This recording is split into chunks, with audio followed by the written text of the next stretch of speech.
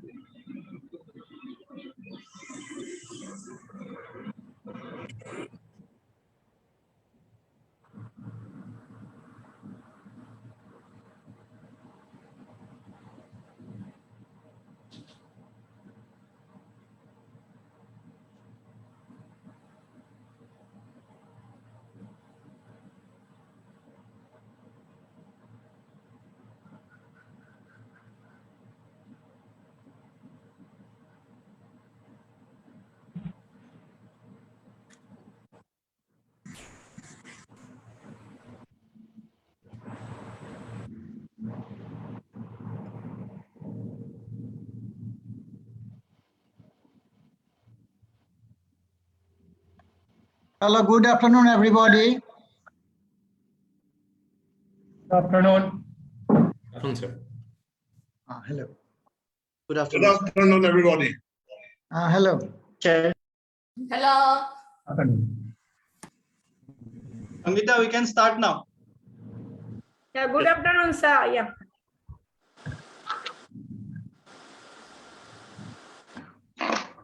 So I start. Yeah. A very good afternoon to one and all present here. I take great pleasure in welcoming you all to the 121st Foundation Day celebrations of the first ever seat of higher education in this part of the country, Cotton. Till 4 years ago, it was the flag of Cotton College flying high. And since 2017, the institution stands tall as Cotton University. As always, today's program includes the Foundation Day lecture, but due to the present pandemic situation, the program is organized in digital mode, online.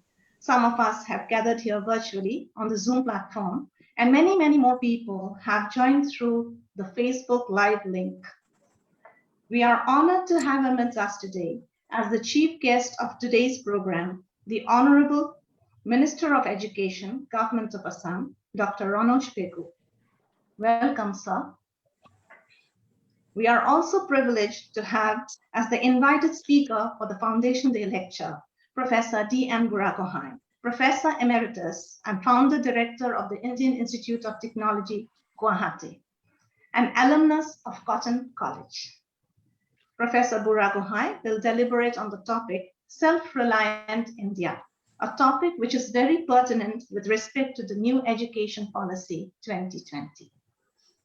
We have amidst us the Honorable Vice Chancellor, Cotton University, Professor Bhavesh Chandra Goswami, sir, the Honorable Vice Chancellors of Universities of Assam, distinguished guests, the Registrar, Cotton University, Academic Registrar, and other administrative heads, the members of the Cotton Alumni Association, the Retired Teachers Forum, and the APOPUS, the deans and heads of departments, and all members of faculty of the various departments of Cotton University, the non-teaching staff, and our dear students. In all, the entire Cotton family, plus the members of the media. A warm welcome to all of you. As you are all aware, the world is presently going through a great crisis, situations changing by the day. Last year too, during this time, we were under a lockdown, facing challenges very new to us. And because of this, we could not celebrate the 120th Foundation Day. Gradually, situations started improving, and we could once again be physically present at Cotton since January this year. But now, the second wave of COVID-19 has proved to be much more dangerous and has taken away many a Cottonian, past and present, from the face of this earth. It is a great loss to us, a matter of immense sadness. Hence, before starting the program, we would like to show our respect to the departed souls by observing a minute of silence in their honor.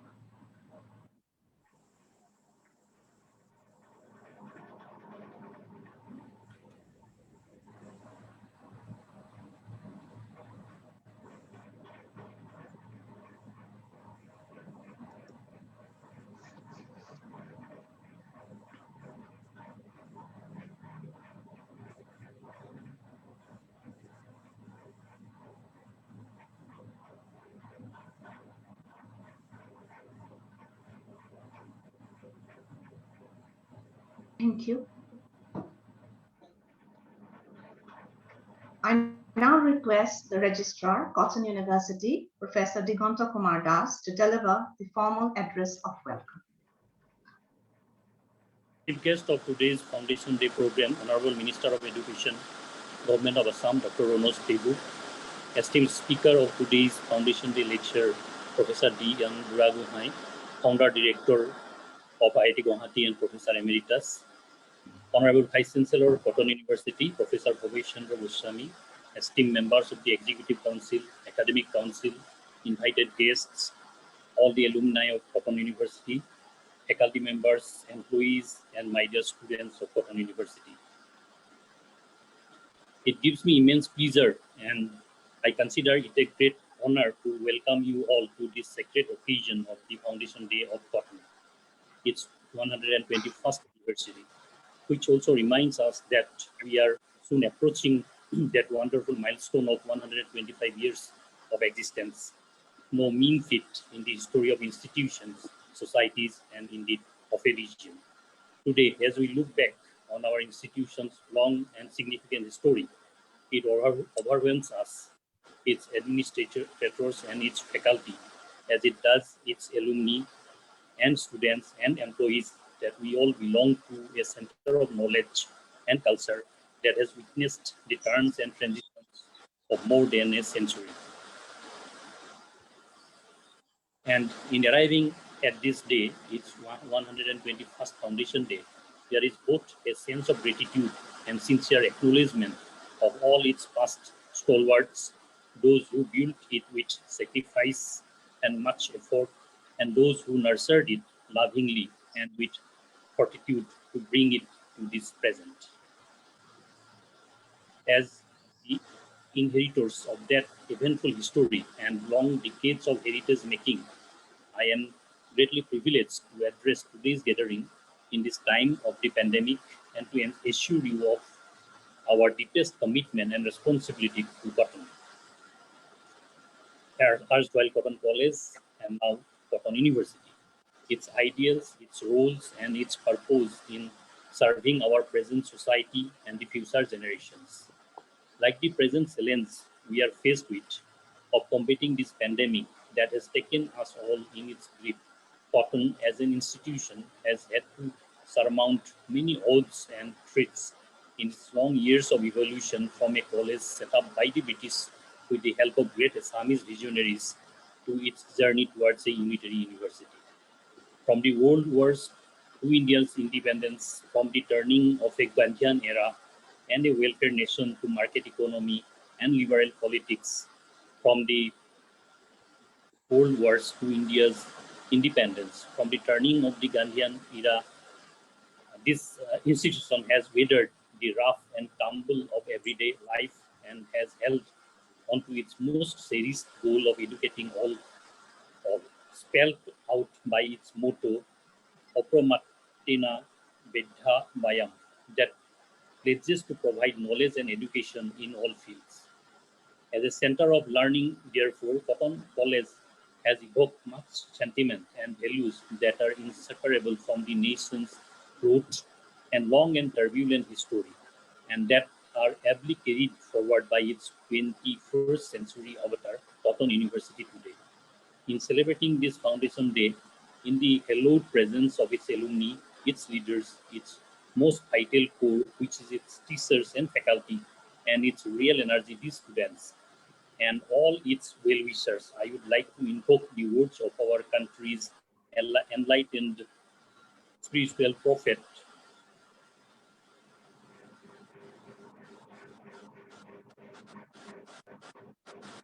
Swami Vivekananda, who had observed that we must strive for that education by which character is formed, of mind increased, the intellect expanded, and by which one can stand on one's feet. It is in the same spirit that I believe today's Foundation Day lecture on Self-Reliant India, to be delivered by our esteemed speaker, signals towards the creation of autonomous individuals and thereby nations that are strong because its people are educated and progressive, democratic and inclusive. Cotton has been an institution which has relentlessly celebrated its composite cultures and diversities, and I take pride in assuring our people of this state that we uphold that noble vision and dedicate this day to pursuing those ideals, as I welcome you all once again to our Foundation Day's 121st anniversary. Thank you all. Thank you. Thank you, Professor Das. With this welcome address, you have rightfully set the tone and the spirit of our Foundation Day celebrations. We appreciate your deep connect with the institution. Thank you. I would now like to request the Honorable Vice Chancellor, Cotton University, Professor Bhavesh Chandra Goswami, to kindly address the gathering and inaugurate the program. Sir. Thank you. Dr. D.N. Buragohai, sir, Honorable Minister of Education, Dr. Ronos Pegu, faculty members and staff of present Cotton University, Honorable Cottonians, friends of Cotton, and friends of the media. আজিৰ পৰা ঠিক 120 বছৰ আগতে অৰ্থাৎ 27 মে 1901 চনত উত্তৰ পূৰ্বাঞ্চলৰ প্ৰথমখন উচ্চ শিক্ষাৰ অনুষ্ঠান কটন কলেজৰ শুভাৰম্ভ হৈছিল। দিন বাগৰিল 5 দশকৰ পিছত ব্ৰিটিছৰ পৰা দেশৰ শাসনভাৰ ভাৰতীয়লৈ আহিল। এই শিক্ষানুষ্ঠানৰ উদ্যোক্তাসকলে ভবাৰ দৰেই কালক্ৰমত এখন আগশাৰীৰ শিক্ষাৰ বাবে উত্তৰ পূৰ্বাঞ্চলক নিজকে প্ৰতিষ্ঠা কৰিলে। পোনতে যিসকল মনীষী চেষ্টাত এই মহাবিদ্যালয়খন স্থাপন হৈছিল, যিসকল শিক্ষক শিক্ষয়িত্ৰী তথা কৰ্মচাৰীৰ অকুণ্ঠ পৰিশ্ৰমৰ ফলত আজিৰ এই পৰ্যায় পাইছেহি, সেইসকলৰ বহুতেই হয়তো আমাৰ পৰা চিৰবিদায় লৈছে। মুঠতে কটনৰ জন্মলগ্নৰে পৰা জড়িত সকলোলৈ কটন বিশ্ববিদ্যালয়ৰ তৰফৰ পৰা শ্ৰদ্ধা আৰু কৃতজ্ঞতা যাচিছোঁ। ব্ৰিটিছ চৰকাৰ, অসম চৰকাৰ, অসম ৰাইজৰ সুবাসিস লৈ ভাৰতবৰ্ষৰ উচ্চ শিক্ষাৰ এখন আগশাৰী অনুষ্ঠান হিচাপে পৰিগণিত হৈ 116 বছৰ পিছত 2017 চনত এক পূৰ্ণ পৰ্যায়ৰ কটন বিশ্ববিদ্যালয় ৰূপান্তৰিত হ'ল। শিক্ষা ক্ষেত্ৰত কটনৰ অৱদানৰ কথা কোৱাৰ প্ৰয়োজন নাই। যোৱা শতিকাটোত অসম মাতৃ সুসন্তানসকলৰ ভিতৰত প্ৰতিষ্ঠা লাভ কৰা সৰহখিনি প্ৰশাসনিক বিষয়া, ডাক্তৰ, অভিযন্তা, বিজ্ঞানী, সমাজ বিজ্ঞানীসকলে জীৱনৰ কোনো এটা পৰ্যায়ত কটনতে শিক্ষা গ্ৰহণ কৰা। যোৱা 120 বছৰত এই শিক্ষানুষ্ঠানৰ প্ৰাক্তন কটনিয়ানৰ পৰাই 2জন ভাৰত ৰত্ন, 4জন ৰাজ্যপাল, 9জনকৈ মুখ্যমন্ত্ৰী, 2জন উচ্চতম ন্যায়ালয়ৰ ন্যায়াধীশ, 1জন উচ্চতম ন্যায়ালয়ৰ মুখ্য ন্যায়াধীশ, 4-5জন উচ্চ ন্যায়ালয়ৰ বিচাৰক, বহুকেইজন এডভোকেট জেনেৰেল, সাহিত্য সভাৰ সভাপতি, জ্ঞানপীঠ বঁটা, সাহিত্য একাডেমীৰ বঁটা, প্ৰথিতযশা সাহিত্যিক হিচাপে স্বীকৃত পোৱা দুকুৰিৰ ওচৰা-ওচৰি হ'ব। তাৰোপৰি শান্তিস্বৰূপ ভাটনগৰ বঁটাপ্ৰাপ্ত 2জন, বিভিন্ন বিশ্ববিদ্যালয়ৰ সন্মানীয় উপাচাৰ্য পদ পোৱা একুৰি 4জন, ৰাষ্ট্ৰীয় গৱেষণাগাৰ বা অনুষ্ঠানৰ সঞ্চালক 2জন, অৰ্জুন বঁটাপ্ৰাপ্ত 1জন, অলিম্পিয়ান 2জন, দাদা চাহেব ফাল্কে বঁটাও পোৱা আমাৰ মাজৰ পৰাই হৈছে। গতিকে অসমৰ সামাজিক জীৱনত পোহৰ বিলোৱা আৰু সমাজখনৰ সন্মানীয় পদ অলংকৃত কৰা অনেকজনে এই শিক্ষানুষ্ঠানৰ পৰা প্ৰাক্তন শিক্ষাৰ্থী। এনে তালিকা ভাৰতবৰ্ষৰ কোনো প্ৰদেশতে কোনো অনুষ্ঠানত পোৱাটো এক বিৰল উদাহৰণ হ'ব।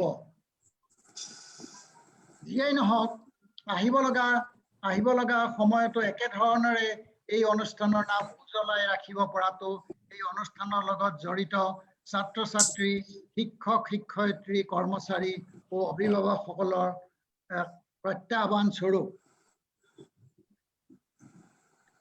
ইলেক্ট্ৰনিক যোগাযোগৰ বাবে পৃথিৱীখন বৰ সৰু হৈ গ'ল। গতিকে এই ইনফৰমেশ্যন এক্সপ্ল'ছনৰ যুগত তথা কৰোনা মহামাৰীৰ প্ৰভাৱত গোটেই শিক্ষা ব্যৱস্থাই যেন এক নতুন ৰূপত এই একবিংশ শতাব্দীৰ তৃতীয় দশকত আমাৰ সন্মুখত থিয় দিছে। In the last 3 years after the upgradation to an university, the university has introduced a number of new courses. The notable ones are undergraduate in psychology, sociology, mass communication, liberal arts, special course for sports person, PG course in library science, law, women's studies, Bodo, new centers of women's studies, atmospheric science are just, and a few are still in pipeline. We have got MOU with IIT Guwahati, Tezpur, and one foreign universities also from Netherlands. We have organized online classes, exams have been arranged, results have been declared in time, payments and receipts have been made completely online, number of research projects and publications by the faculties have been enhanced manifold. Recently, we could publish one article in Nature, which has got publication more than 60. Vacant post of administration and teaching faculties, more than 60 faculties have already been appointed. But we have less infrastructure and our labs are really very old. So we have a mind to open a new departments for our undergraduate and postgraduate students. Therefore, on behalf of the university, I appeal to the Honorable Education Minister to support Cotton with a special grant to upgrade the present infrastructure. আশা কৰো আমাৰ সকলোৰে প্ৰচেষ্টাত আৰু আমি প্ৰকৃতিৰ লগত ভাৰসাম্য ৰক্ষা কৰি ছাত্ৰ-ছাত্ৰীসকলৰ শৈক্ষিক ক্ষতি নকৰাকৈ বিষয়সমূহৰ সম্পূৰ্ণ জ্ঞান আহৰণৰ সুবিধা কণ দি আৰু গ্ৰহণ কৰি অহা দশককেইটাত প্ৰয়োজনীয় মানৱ সম্পদ গঢ়ি তোলাত এই 120 বছৰ গড়কা অনুষ্ঠানখনে চেষ্টাৰ ত্ৰুটি নকৰি একনিষ্ঠভাৱে ব্ৰতী সম্ভৱ।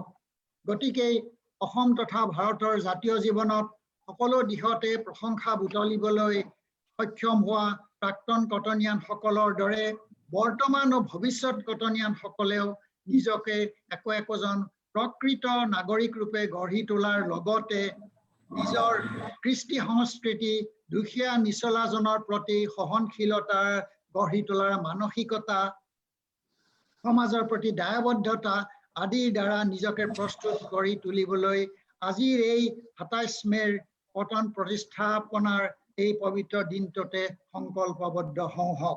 একে সময়তে এই মহান ঐতিহ্যমণ্ডিত অনুষ্ঠানৰ লগত জড়িত প্ৰত্যেকজন শিক্ষক, কৰ্মচাৰী বা সদাশয় ৰাইজক আৰু শুভাকাংক্ষীক মই বৰ্তমানৰ উপাচাৰ্য হিচাপে ধন্যবাদ দিছো আৰু আপোনালোকৰ শুভকামনা আমি অহা কেইবছৰত আশীৰ্বাদ পাম বুলি চিন্তা কৰিছো। ধন্যবাদ। Okay, ধন্যবাদ, sir. Thank you so much for flagging off the celebrations and for your words of inspiration and for always leading the way and encouraging us to achieve more. Thank you so much. We are indeed honored to have been sent good wishes by the Honorable Chief Minister of Assam, Dr. Himanta Biswa Sharma, on the occasion of the Foundation Day of his alma mater. I request Mridul Hazarika, Systems Manager, to play the pre-recorded message of the Honorable Chief Minister of Assam for all of us to hear. Mr. Hazarika. Sir, Cottonor 27 May Foundation Day আছে, তাক লৈ আপুনি কিবা এটা message দিব খুজিব নেকি? সক কটন হল আৰু কটনৰ ঐতিহ্য পৰম্পৰা আমি যদি গোটেই চাব যাওঁ তেতিয়াহ'লে আমাৰ অসমৰ বৌদ্ধিক চিন্তা চৰ্চাৰ সকলোৰে অভিকেন্দ্ৰ হয় কটন। আগতে আমি কলেজ কৈছিলোঁ, এতিয়া বিশ্ববিদ্যালয় কওঁ। মই ভাবোঁ যে কটনৰ যিটো ট্ৰেডিশ্যন আছিল, যে আজিৰ কটনিয়ানে যি ভাবে কালি অসমে তাকে ভাবে, সেই ট্ৰেডিশ্যনটো যাতে আমি ৰাখিব পাৰোঁ, তাৰ কাৰণে আজিৰ কটনিয়ানে প্ৰচেষ্টা কৰক, তাকে মই অনুৰোধ কৰিম। ঠিক আছে। Thank you. We also have another message that we have got in the Facebook given by the Honorable Minister. I will read it out for all. My alma mater, Cotton College, now Cotton University, grows 120 years young. I learnt the ABC of life and politics at this pious temple of knowledge. I shall forever remain indebted to all that I gained here. Many old memories I savor and cherish forever. My greetings to all. অসমীয়াটো আছে। 120 বছৰীয়া অৰুণ মোৰ শিক্ষানুষ্ঠান cotton college, বৰ্তমানৰ cotton বিশ্ববিদ্যালয়, জ্ঞানৰ এই পবিত্ৰ মন্দিৰত জীৱন আৰু ৰাজনীতিৰ আদিপাঠ গ্ৰহণ কৰিছিলো। ইয়াত লাভ কৰা সকলোবোৰ অভিজ্ঞতাৰ বাবে চিৰদিন ঋণী হৈ থাকিম। বহু পুৰণি স্মৃতি আজিও জীপাল হৈ আছে, চিৰদিনৰ বাবে থাকিব। মোৰ আন্তৰিক শুভকামনা। Thank you. We thank the Honorable Chief Minister for his words of encouragement and for his unflagging support to Cotton. And our good wishes are always with him for all the endeavors that he is going to take up. The Cotton family is indeed happy to have amidst us the Honorable Minister of Education of the new cabinet government of Assam, Dr. Ronoj Pegu, as the chief guest today. Dr. Pegu hails from Dhemaji and had been the former chief executive member of the missing Autonomous Council. He holds an MBBS degree from the Guwahati Medical College, that was in 1987, and is presently also in charge of the welfare of plain tribe and backward classes, non-BTC. Our heartiest congratulations to you, sir. May I now request you, sir, to kindly address the Cotton family. Thank you. Honorable Vice Chancellor of Cotton University, Professor Bhavesh Chandra Goswami, Honorable Professor D.N. Professor Emeritus D.N. Buragohain and former Director of IIT Guwahati, Professor Diganto Kumar Das, Registrar of Cotton University, respected all the faculty members, students, staff, and all other participants of today's virtual meeting. It is indeed a great pleasure for me to be present here on this 121st Foundation Day program. And I thank the university for inviting me. I congratulate you all present here and all the alumni of erstwhile Cotton College and today's Cotton University. At this moment, I am recalling Sir Henry John's statement, Cotton, the then Chief Commissioner of Assam Province, who pioneered establishing the Cotton College, and also Professor Frederick William Marshall was the first principal of the college, and pay my tribute to both of them for gifting us such an institution to be so proud of. And I also recall and pay my tribute to all others who have greatly contributed for the growth of Cotton College to today's station. Cotton University is a heritage institution for us, and we must carry forward its legacy. It's a huge responsibility on all of us to carry forward this legacy, and we must remain alert on every moment. We never, I repeat, we never allow the slip of this legacy from our soldiers. This should be our solemn affirmation on this day and days to come. The primary objective of establishing educational institutions in India by the British government was to educate the Indians on their Western system so that they can recruit Indians in the government services instead of their British counterparts. I said that was their primary objective. But today our objective, our needs have drastically changed. We now have a new education policy at hand, and which is very comprehensive, as all of us, we know it. We now envision an India-centric education system. I repeat, India-centric education system to transform our nation into an equitable and vibrant knowledge society. I call upon the universities of my state to focus on this vision of our new education policy. Universities must transform themselves to true knowledge hub of this country. We are aware of the new economic policies emphasizing on vocational education. Our percentage of students acquiring vocational knowledge prior to attaining 18 years of age is very low in comparison to that of other developed countries. As a result, our number of degree and certificate holders are increasing, and at the same time, our number of unemployment youths are also soaring high and high. Our system is failing to create employable candidates. Employability is the core issue of our educated youth. We must focus on to produce skilled, trained, employable youths covering all sectors, not just focusing on to produce degrees or certificate holders for white-collar jobs.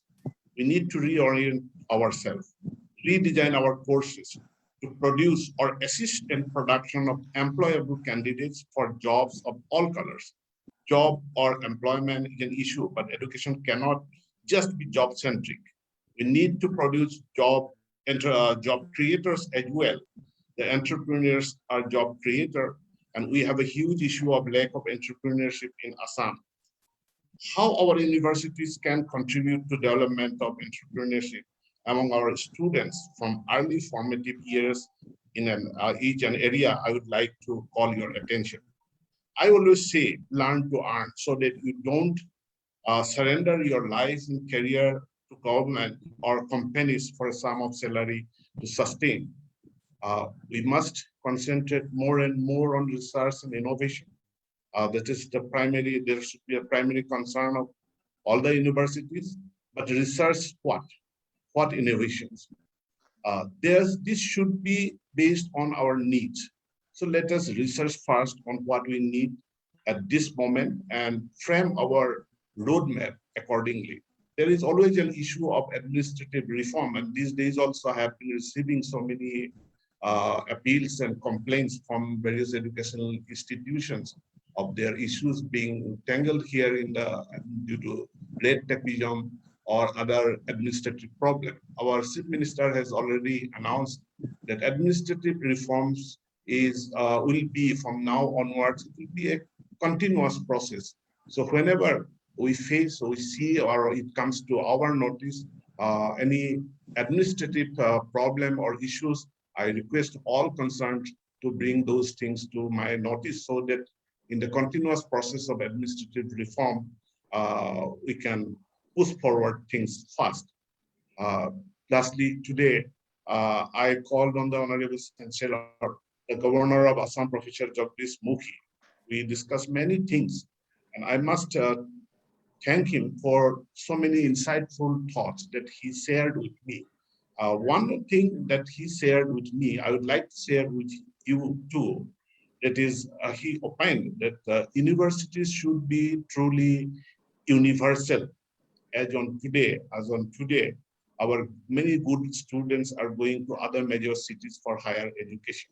That is a natural thing. There is no abnormality, but they have the choice. But why students from other states of India do not look towards Assam for education, for our Assam's institutions? Is there any gap or deficiency in our standards and quality that we are failing to attract students from outside the state? Our Honorable Chief Minister has ambition to make Assam an educational hub of the country.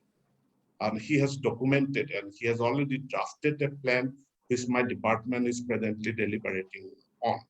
I call upon the Cotton University to contribute to our Chief Minister's vision of making Assam an educational hub of the country. There are lots to discuss and decide. Time flies, but our endeavor will continue. We'll continue to talk. Our deliberations, our dialogue will be a continuous process, and I am very open to new ideas. I am very open to new plans. So I request all of you, whatever comes to your mind, the ideas that comes to your mind regarding reform, regarding implementation of the new education policy, you may kindly share with me. Let us be all open, let's discuss them. And once after threadbare discussion, we come to a decision.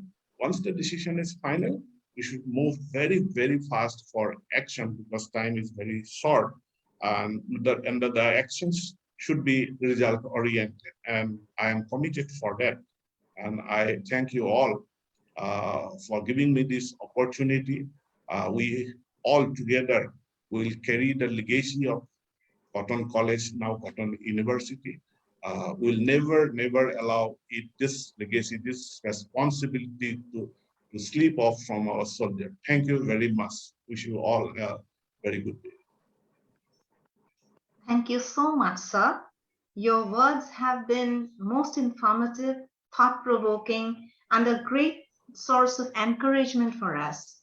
We would definitely like to share our visions with you and to extend all services that we can to make your plans a success.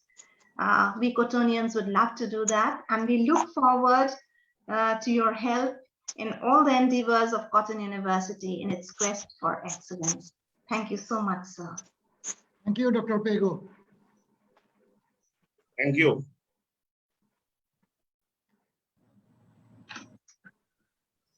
I now call upon the President of the Cotton University Students' Union 2019-20, Sri Hirokjyoti Patwari, to speak a few words on behalf of the students of Cotton University. Hirok. ধন্যবাদ জয় জয়তে সকলোকে শুভেচ্ছা জনাইছো অভিনন্দন জনাইছো আপোনালোক এনে এটা পৰিয়ালৰ সদস্য যি অসম প্ৰদেশক অসমী জাতিক বিশ্ব দৰবাৰত বিৰল হিচাপে গঢ় দিয়াত সক্ষম হৈছে হয় বা কটন কলেজৰ কথাই কৈছো কেৱল শৈক্ষিক অনুষ্ঠান ৰূপে নহয় কটন আমাৰ কাৰণে ৰখীয়া শক্তি প্ৰতিষ্ঠা দিৱসৰ আজিৰ এই মহেন্দ্ৰ ক্ষণত কটনক প্ৰাণ দিয়া অন্তৰত অৱদান থকা সেইসকল মহাপুৰুষক শ্ৰদ্ধাৰে কৰিছো হেনৰি কটন উইলিয়াম চুডমাৰচন মানিক চন্দ্ৰ বৰুৱাকে আদি কৰি সেইসকল ব্যক্তিৰ অৱদানক সঁচাই আমাৰ পক্ষে স্মৰণ কৰিবলগীয়া শতায়ুগৰকা কটন কলেজে আমাক অসমক সকলো দিশৰ পৰা নেতৃত্ব দি আহিছে কেৱল অসম বুলিয়েই নহয় বিশ্বৰ প্ৰেক্ষাপটত অসমক জিলিকা তুলি গৌৰৱ অৰ্জন কৰিছে কটন অসমৰ কাৰণে সম্পদ আৰু এই সম্পদে প্ৰতিনিয়ত অসমক মানৱ সম্পদৰ যোগান ধৰি আহিছে জাতি ৰক্ষাৰ যুঁজতে হওক ভাষা ৰক্ষাৰ যুঁজতে হওক বা বিভিন্ন বিপদৰ সময়ত অসমীয়াক সদায় কটনে লগ দিয়া গৈছে। কটন আমাৰ বাবে এক প্ৰাৰ্থনা, কটন আমাৰ কাৰণে আবেগ, কটন আমাৰ কাৰণে জীৱনৰ এছোৱা উৎকৃষ্ট সময়। প্ৰতিষ্ঠা কালৰে পৰা কটনে ইমানেই মানৱ সম্পদ সৃষ্টি কৰিছে, যি মানৱ সম্পদে মহাকাশতো নিজৰ পৰিচয় দাঙি ধৰি অভিনৱত্ব দেখুৱাই গৈছে। অসমৰ ক্ষেত্ৰত কটনৰ অৱদান কি? সেই প্ৰশ্ন যেন কোনো পুত্ৰক তেওঁৰ জীৱনলৈ মাতৃ অৱদানৰ দৰে। কটনে অসমক জগাইছে, কটনে অসমক নিচুকাইছে, কটনে অসমক তুলি তুলি ডাঙৰ দীঘল কৰিবলৈ চেষ্টা কৰিছে। এই গৌৰৱোজ্জ্বল সময়ছোৱাত অসমীয়া জাতিক সকলো ধৰণৰ শোষণ পিন্ধাবলৈ সক্ষম হোৱা কটনিয়ানে এডাল সূতাৰে সকলো বান্ধি ৰাখে। অতি মেধাসম্পন্ন এজন ছাত্ৰৰ পৰা আদি কৰি অতি পাকৈত খেলুৱৈজনলৈকে কটনে আৱিষ্কাৰ কৰে। এই আৱিষ্কাৰে যে বহুমাত্ৰিক দিশত অভাৱ পূৰণ কৰে সেয়া সহজেই অনুমেয়। এটা কথা মই উল্লেখ কৰি ভাল পাম যে কটন ছাত্ৰ একতা সভাৰো প্ৰায় 100 বৰ্ষ গৰকিছে। আজিৰ এই পবিত্ৰ ক্ষণত প্ৰথম অৱস্থাৰ পৰাই বৰ্তমানলৈকে ছাত্ৰ একতা সভাৰ বিভিন্ন পদত অধিষ্ঠিত হৈ জীৱনৰ এছোৱা সময় প্ৰদান কৰা প্ৰত্যেকজন ব্যক্তিক শ্ৰদ্ধাৰতা কৃতজ্ঞতা জ্ঞাপন কৰিছো। কটনক লৈ সপোন ময়ো দেখিছিলো। কটনৰ বুকুত লৈ জীৱন যুদ্ধত অৱতীৰ্ণ হোৱাৰ উদ্যম পাইছিলো। কটনত পঢ়াৰ লগতে সুবিধা পালো কটনক সেৱা কৰা। এইদৰে এক নিৰ্দিষ্ট সময়ৰ কাৰণে কটন হৈ পৰিল মোৰ কৰ্মভূমি, যাৰ পৰিপ্ৰেক্ষিতত জীৱনৰ এটা বছৰ উৎসৰ্গ কৰিলো কটনৰ বাবে, কটনিয়ানৰ বাবে। সেৱাৰ মনোবৃত্তিৰে পৰিপুষ্ট হৈ সতেও গৰকা কটনক কোনোবাখিনি যতন লৈছিলো নিজৰ মাতৃৰ দৰে। এয়াই মোৰ মানৱী জন্মৰ অন্যতম মাইল খুঁটিস্বৰূপ। এনে এটা পৰিয়ালৰ সদস্য হবলৈ পোৱাটো বৰ সৌভাগ্যৰ কথা। আৰু সাময়িকভাৱে সেৱা কৰিবলৈ পোৱাটো পূৰ্বজন্মৰে ফল, পূৰ্বজন্মৰে পুণ্যৰ ফল বোধ কৰো। আৰু এই সুযোগতে মই ছাত্ৰ একতা সভাৰ সতীৰ্থ সকলো মোৰ প্ৰত্যেকজন সতীৰ্থকে অভিনন্দন তথা কৃতজ্ঞতা জ্ঞাপন কৰিছো। সদশেষত কটন আগুৱাই যাওক, অসমীয়া জাতিক ন মাত্ৰা দিয়ক। ধন্যবাদ। জয়তু কটন কলেজ, জয়তু কটন বিশ্ববিদ্যালয়, জয়তু কটন ছাত্ৰ একতা সভা, জয়তু কটনিয়ান। ধন্যবাদ। ধন্যবাদ। ধন্যবাদ হীৰক। এনেধৰণে সকলো ছাত্ৰ ছাত্ৰীয়ে যদি কটনক ভাল পাই যায়, কটনৰ কাৰণে ভাল চিন্তা কৰি যায়, কটন নিশ্চয় এদিন আৰু বহুত ওপৰ স্তৰলৈ উঠি যাব পাৰিব। আমি সেয়ে বিচাৰো। ধন্যবাদ। We now come to the main agenda, the Foundation Day lecture on the topic Self-Reliant India. I take the privilege of placing a brief introduction of the speaker prior to the lecture. Professor Buragohai had his early education in Golaghat Government High School, from where he passed his matriculation, securing the first rank. He was again the topper in the intermediate science examination under the Guwahati University from Cotton College, Guwahati. That was in the year 1959. The very same year, he joined IIT Bombay, from where he obtained BTech Honors in Civil Engineering and MTech in Structures, and also the degree of PhD. He pursued his postdoctoral research in the University of Wales, Swansea, in the UK. Thereafter, he joined the Faculty of Civil Engineering in IIT Bombay in 1968 and worked there till 1994, becoming Professor of Civil Engineering and then the Dean of Planning, and finally, the head of the Department of Civil Engineering. At IIT Bombay, besides teaching and publications and guidance of a large number of PhD and MTech students, Professor Buragohai carried out a large number of consultancy projects for different organizations such as BARC, AERB, HEL, ONGC, Gammon, STOOP, HCC, DRDO, just to name a few. During this period, he also developed a general purpose software, Be Safe, for static and dynamic analysis of all types of structures, which was later acquired by CSI Germany in 1989, who has been marketing it in Germany under the name FEBA. This is indeed remarkable. Professor Buragohai came back to Guwahati in February 1994 as project director at IIT Guwahati Assam Society to set up the 6th Institute of Technology at Guwahati, and served as the founder director of IIT Guwahati from July 1994 till his superannuation in 2003. Immediately after leaving IITG, he was engaged in setting up the first private engineering college in the Northeast, the GCIMT at Azara, Guwahati. In 2007, Professor Buragohain shifted to Pune to work as the Chief Technology Officer, CEN, Civil Engineering Network Systems Private Limited, having head office at Bochum, Germany. At CEN, he worked on various international projects in Canada, USA, France, Italy, and Saudi Arabia on structural analysis and design of power plant structures and special structures. It is noteworthy that Professor Buragohain's name features among the Engineering Legends of India in the February 2013 issue of the Projects Monitor magazine. Among the many awards that he has received, I would like to name the KKB National Award for Science and Technology for 2006, instituted by the Kamal Kumari Borwa Foundation, Kolkata, the Distinguished Alumnus Award of Indian Institute of Technology, Bombay, in its Golden Jubilee year 2008-9, Professor Emeritus, Indian Institute of Technology, Bombay in 2014, and Indian Institute of Technology, Guwahati in 2015. The ERDF Excellence Award 2015 by the Educational Research and Development Foundation, Guwahati, and the Eminent Engineering Personality Award of the Institution of Engineers in 2015.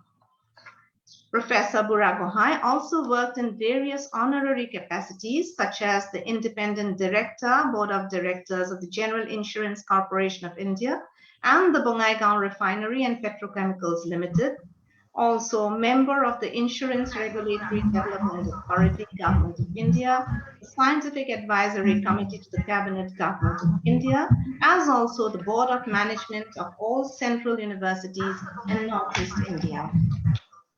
Currently, he is the Chancellor, Nagaland University, and is also associated with the State Innovation and Transformation IO, SITA, Government of Assam, and the Jorhat Institute of Science and Technology, as also the National Law University and Judicial Academy, Assam. This is just a small glimpse of his illustrious career, and we are indeed extremely proud of Professor Buragohain's achievements. We feel privileged at having you here, sir, today. May I now request you to kindly deliver your lecture, sir.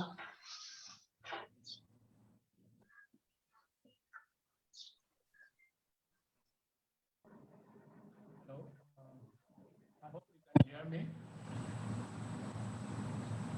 Can you hear me? Yes, sir. Can you hear me? You are audible. Yes, sir. Yeah, okay. Professor Bhavesh Goswami, Vice Chancellor of Cotton College State University. Ronald Pegu, Honorable Minister of Education, Assam, members of the Executive Council and Academic Council of the University, distinguished guests, faculty and students of the University, ladies and gentlemen.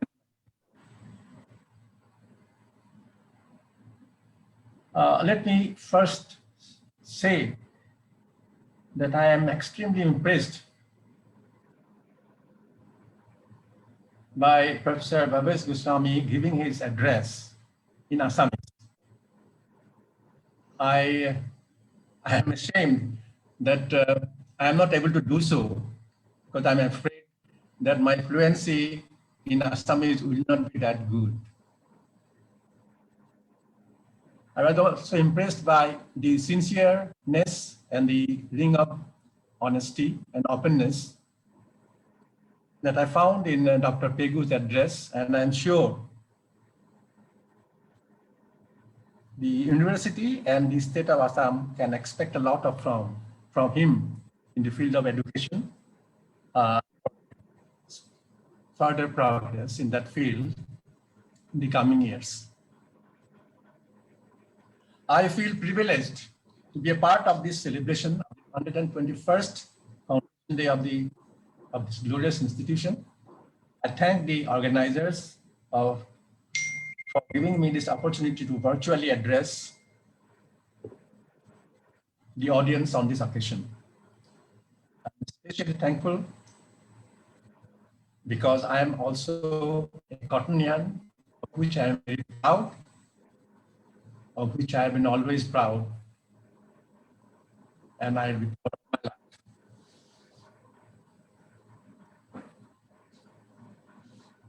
I spent 2 most important years of my life in Cotton College, in the formative years, which gave shape to my future aspirations. Those 2 years that I spent in the airy rooms of third mess, now I think that building is no longer there, which was nearest to the university, the college buildings, were pure joy. When I developed new friendships that have lasted lifelong, and enjoyed every event which were celebrated in the hostel and the college. I bow my head in reverence to my teachers of those days, and I remember every one of them.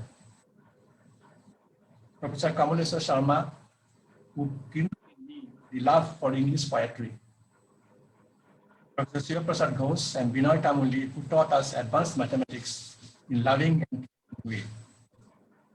Professor Ishwar Moyar, who taught us how to explore and learn the fascinating principles of general physics in his own unique way. And of course, the inimitable Professor Mahesh Priya, who never failed to surprise us with his computer memory, and does so even now. This is just to name a few. I stepped into the premises of the Cotton College almost 35 years later, when I came back to Guwahati in 1994. The occasion was a meeting held to discuss whether Cotton College should be. There were several such meetings held off and on. I attended all of them till the temporary office of IIT Guwahati shifted from Pan Bazar to its permanent campus in 2000. The consensus in all those meetings was to push forward and pursue these steps to convert Cotton College to a deemed university. Yet nothing seemed to happen, nothing seemed to move forward. I might have been wrong, but it gave me a feeling that perhaps the section of the faculty did not really care for it.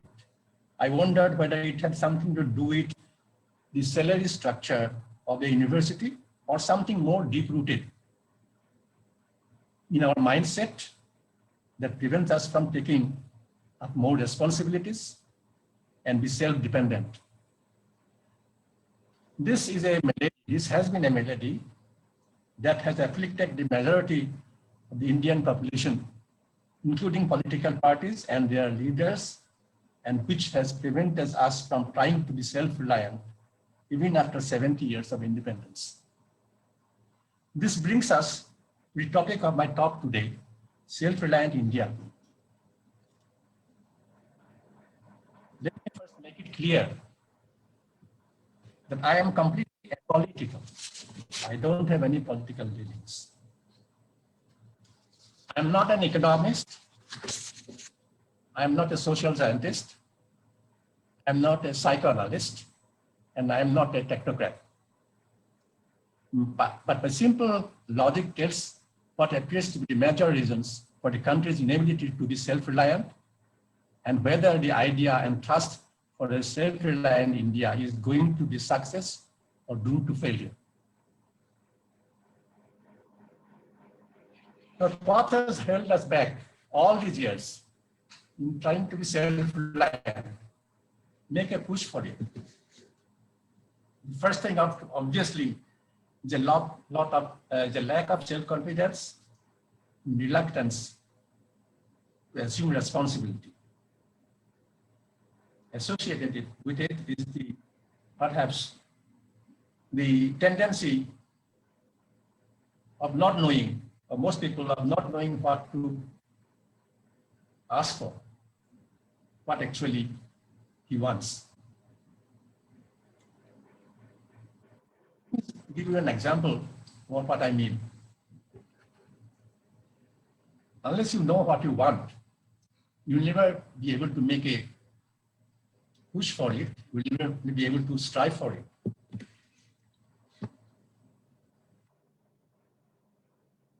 Right of the agitation against the CAA, CAB, CAA about 1.5 years back.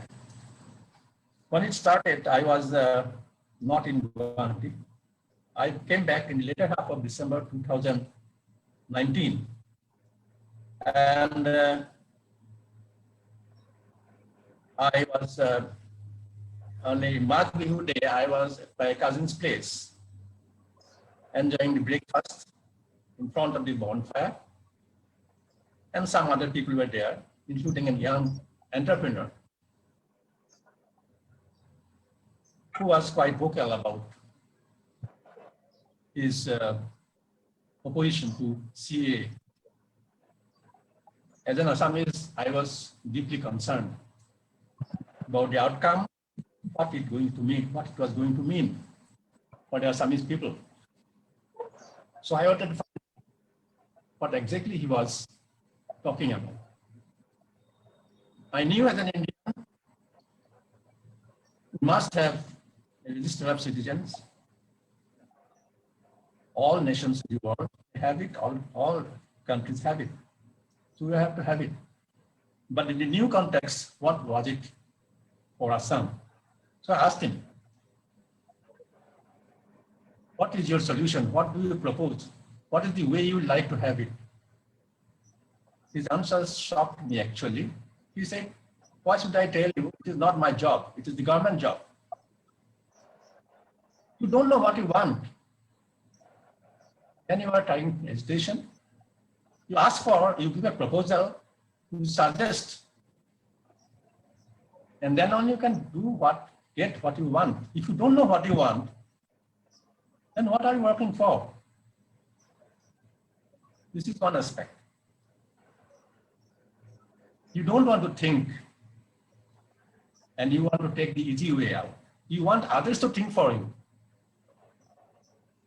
You don't want to exercise your brain. And you want others to do all the hard work. And when he does something, you said, I don't want it, without knowing what you want. That is not the way. That is not the way a country can progress. You must come up with your suggestions.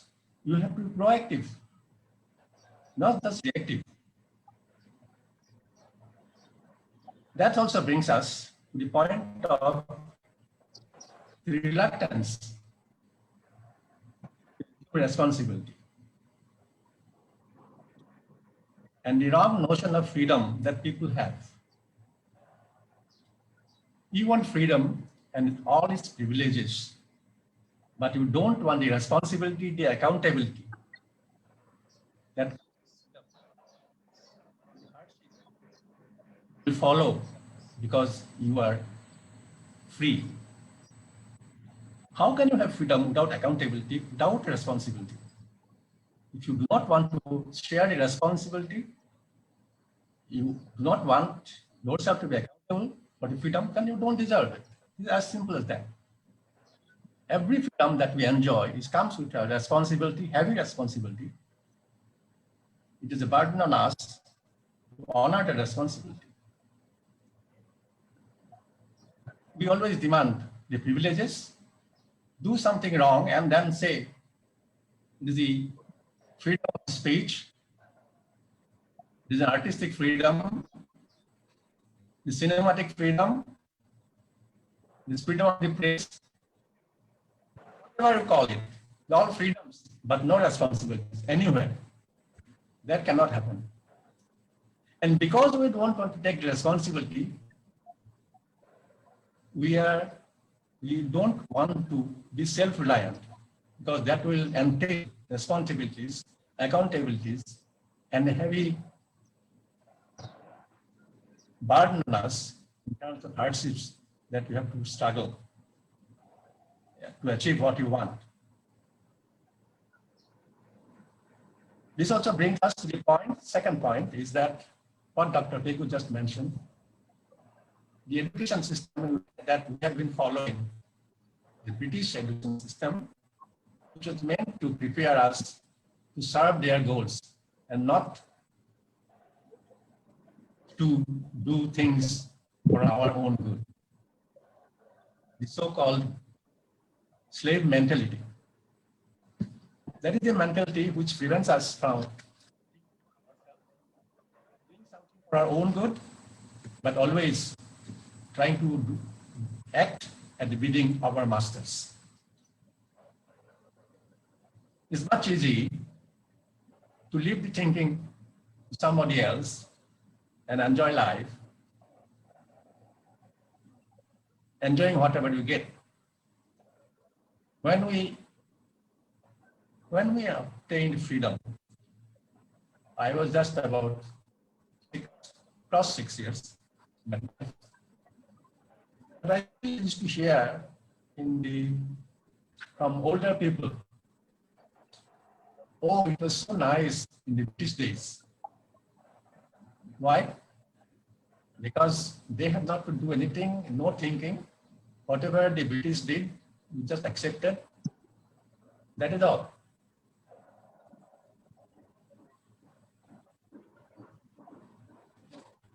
The other thing that I thought was always an impediment for countries in life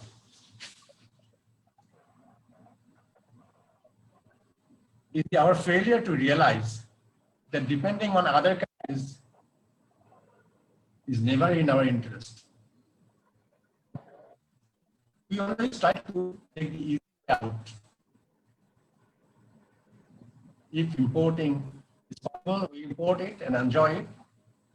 And at best, we try to copy those foreign products, whether it is a consumer product or whether it is engineering design, we just copy.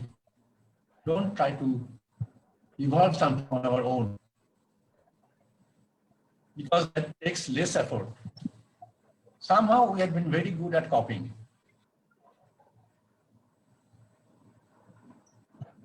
In my student days at IIT Bombay,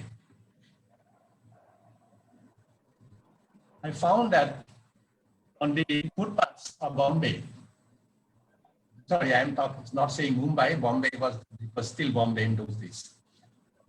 You could get almost anything,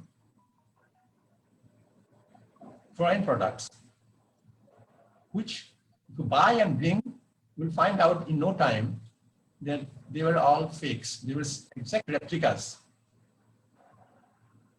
You won't be able to make out they were not the genuine ones, but you could copy it. The result is that if you could have that much skill in copying something so accurately, why couldn't you go one step further and to do something better than the original?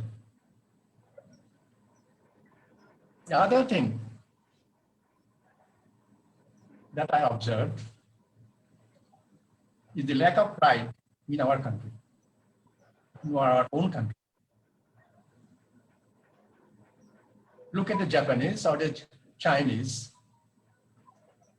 They also started and risen from the ruins of Second World War and obtained independence or came to their own almost at the same time as India did. But they had one quality in them: the dedication to their work, the discipline, and the love for their own country. Even if they try to copy, even if they go to the foreign country and learn things from there, perhaps they don't even hesitate to copy and steal intellectual property from the other countries, which I'm not saying is good, but they did it and came back to our own countries and they developed those products in a much better way. Look at the example of Honda or Sony, for example. They started from scratch. the hard way, through pure dedication and discipline, they built up their own engineering empires to be leaders in the world.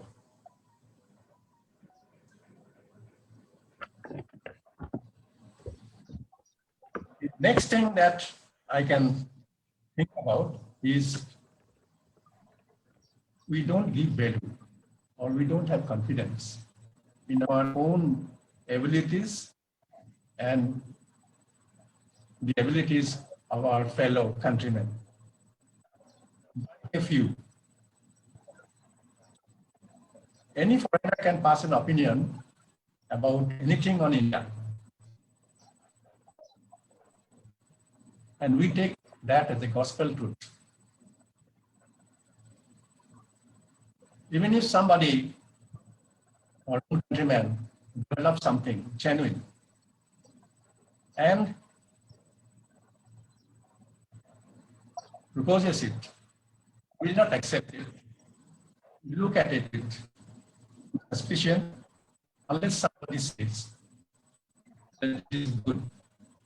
Unless somebody abroad certifies.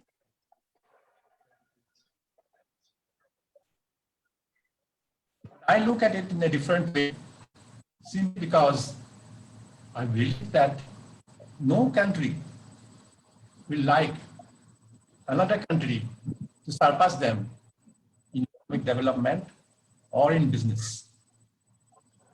They will only do that much. Any other country, so long as it suits their needs, suits their business opportunities, and will not mind even deriding or falsely trying to put down a product developed by somebody else just to promote their own products.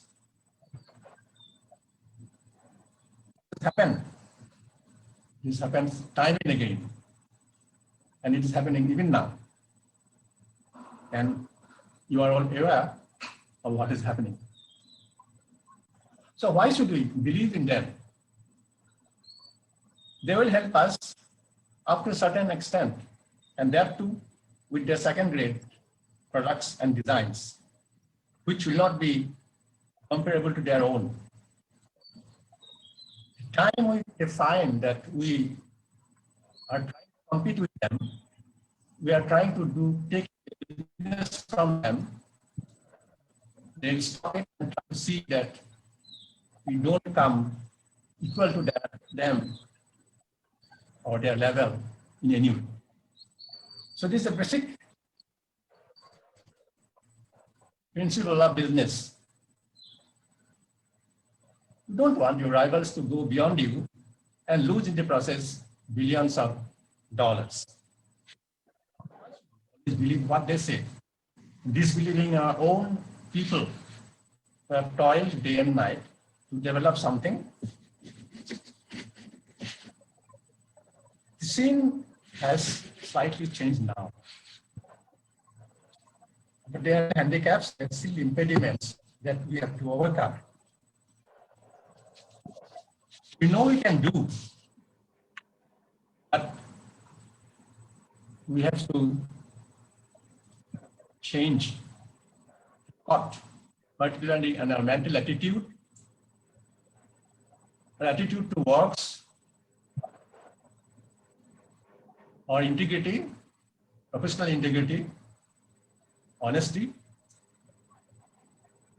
and the tendency or the temptation to make a swift buck by pushing products. This has been the bane of the Indian industry, which is not able to compete with the product of third world countries or developing countries. Time and again, the users, the consumers find that we have tried to pass on substandard products along with the good ones. Contrast to this, the attitude and principles that followed by the Japanese and Chinese. I would like to talk about the Japanese, not so much of the Chinese, because Chinese are good, they are disciplined, they can make excellent products, and they will give those us products only to those countries which demand. The countries that will accept, will be happy with second-class products, will pass on those to those countries.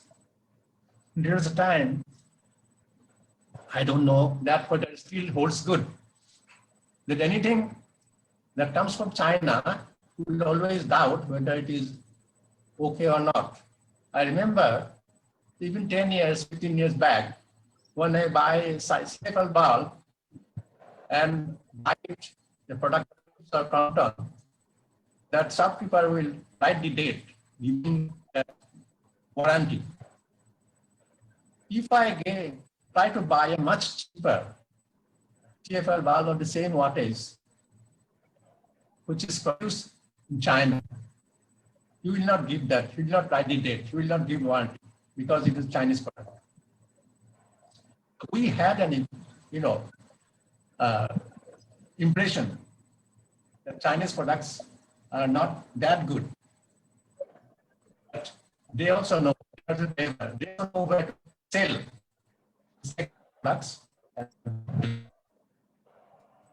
The first one. I just remembered a story, or rather a joke, that recently the Chinese got down in the airport and took a taxi, and he told the driver that your taxi moves very slowly. In China, move very fast. Our taxis are very fast. Then he saw a bus, said your buses move very slowly. And in China, the buses are very fast. And he saw a train and said, your trains move very slowly. In China, all the trains move very fast. When he reached his hotel, the taxi driver produced a bill of more than 5,000 rupees for a short distance. He was shocked. He said, how can it be so high?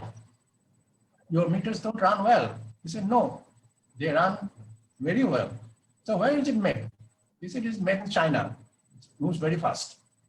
That's why the bill has come to 5,000 rupees. Anyway,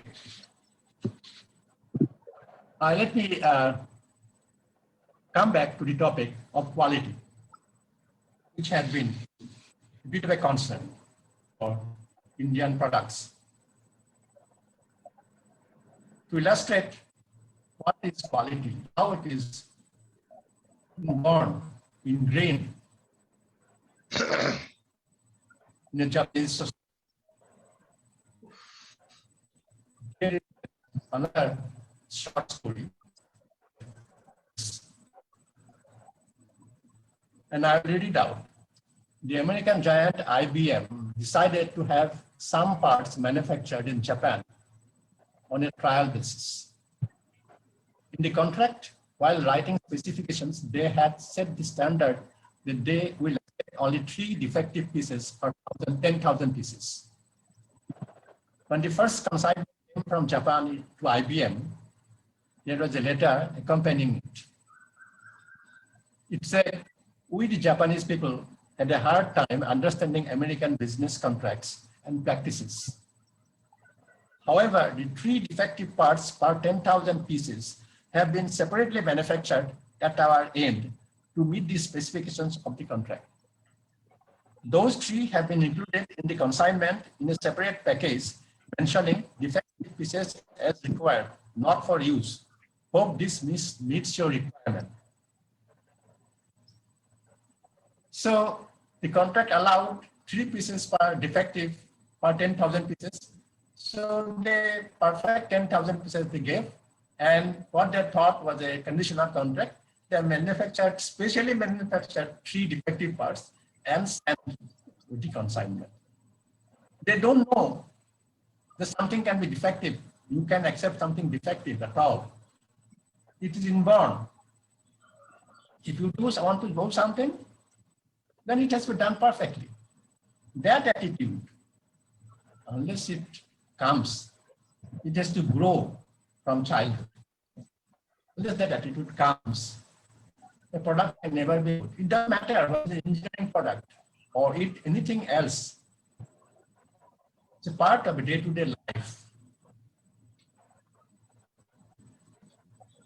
You fix an electric switchboard on the wall, and very often you will see that it is not, the lines are not horizontal, it is slightly tilted, and you let it go at that.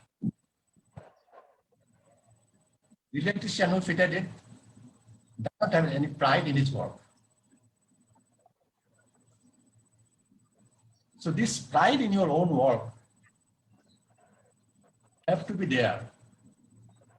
It is not just the engineers or the top management which have to understand this and develop this habit, which is the workforce. Body to be molded in such a way that it is inborn in them, that they grow up with it. That is a necessity of becoming, self-reliant. It's a prerequisite, because you can be self-reliant in some of the products that you require. But if you want to do business and excel there and take business abroad, then you have to be excellent. How can it be that countries like Bangladesh, Vietnam, and all these countries which don't consider more developed than India, how can they export more garments abroad than India does?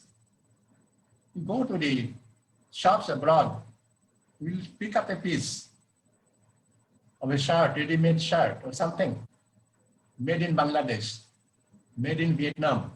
You hardly find anything made in India. So the basic integrity of working in the last of your work has to be there if you want to become self-reliant, establish ourselves, and be proud that we are Indians and we can give to you that is the best in the world. Let me give you another example why you are not able to do this. We are our workmen. I'm sorry, I'm speaking of workmen, but it applies to the higher echelons, the workforce. It requires always supervision. If you leave it to them, very often we'll find that work is not done as per the requirement, and there is always some slips. Contrast this, for example, or America, you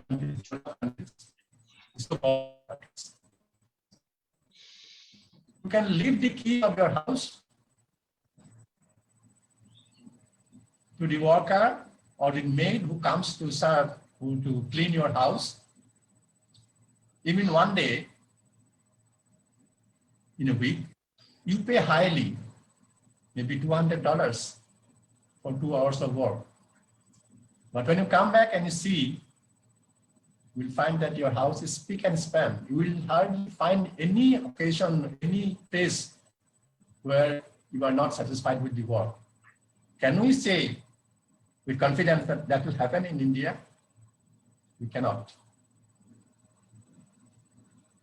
This is a necessary mindset which makes a country progress and develop to the level that we want it to develop.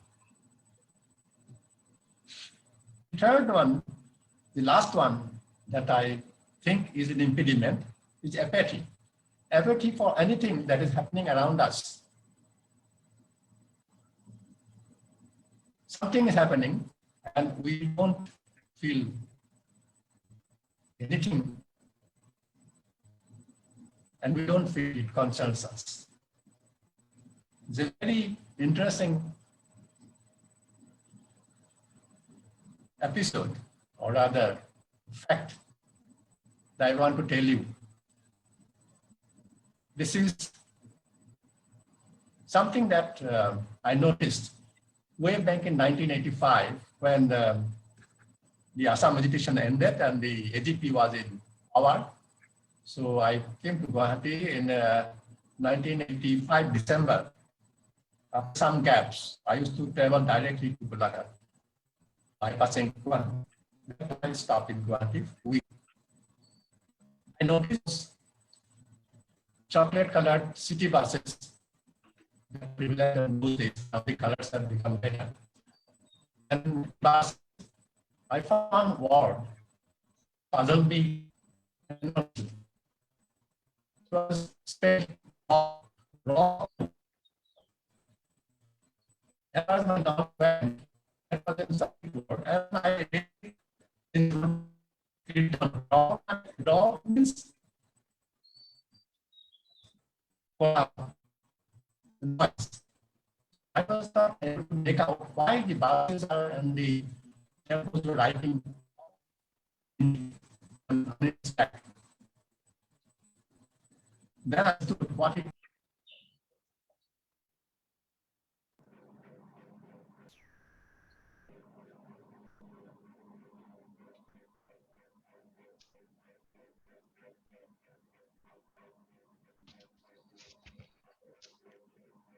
Sir, voice to all of Noah, I wish you.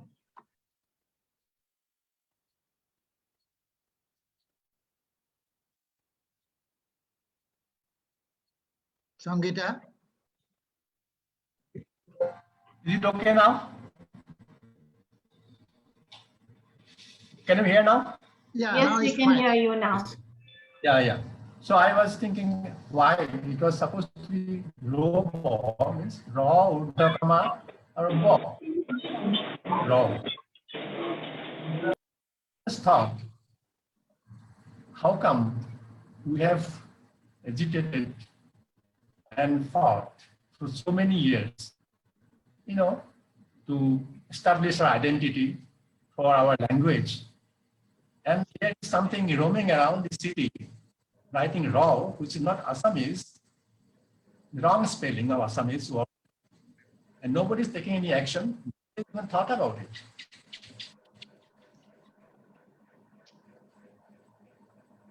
Anyway, I kept quiet. I was here again in 2012, 13, and then one of the meetings where one of our friends was also an active member of the Assam Sahitya Sabha.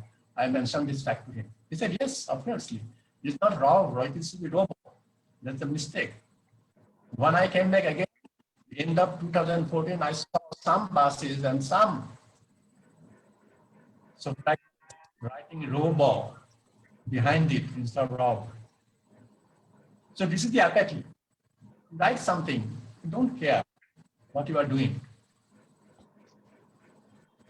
So in spite of all this,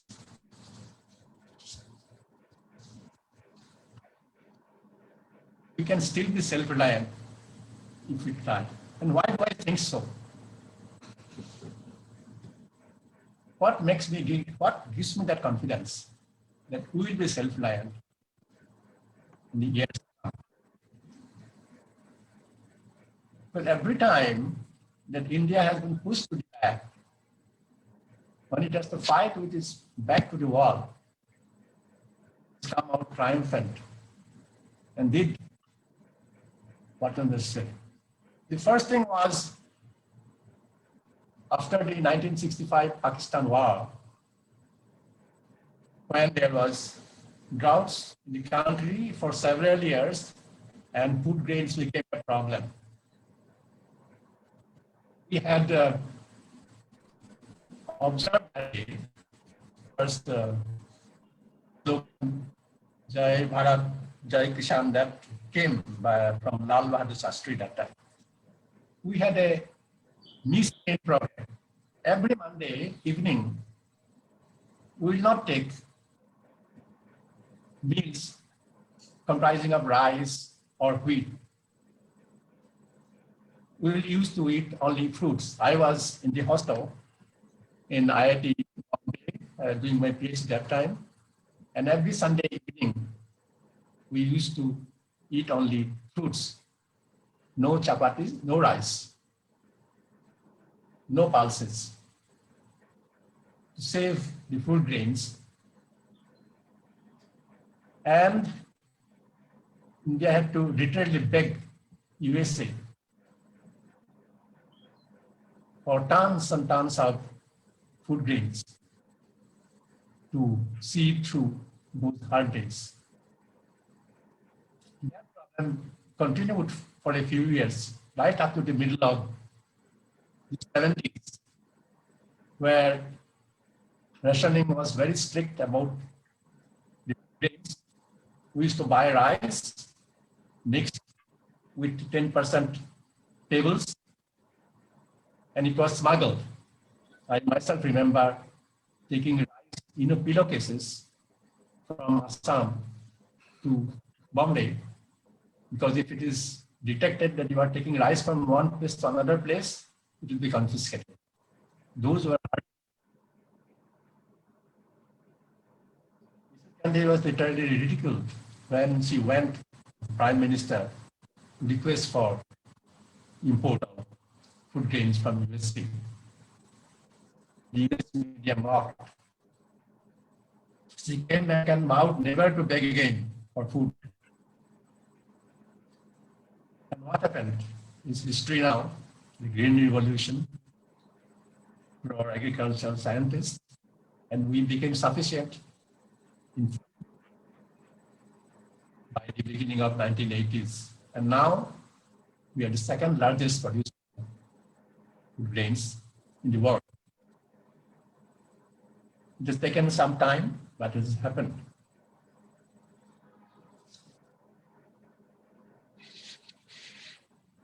Look again what happened.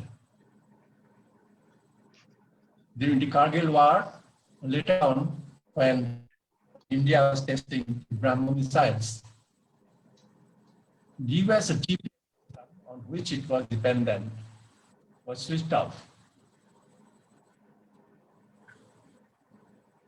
The US gave security reasons for switching off the GPS systems. So India came up, ISRO took up the challenge, and now India has its own GPS systems called by another name, but we don't depend on foreign GPS systems anymore. We don't have to depend. So we could overcome it.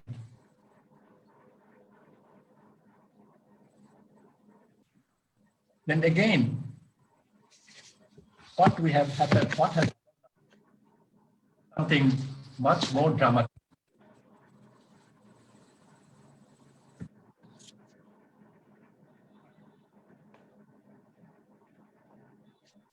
Those points to justify why I think we can be self-reliant. The first is the economic power shifting. Now we are recognized an economic power. Largest, out of the four largest economies in the world, China comes first, USA second, India comes third, ahead of Japan in the fourth position.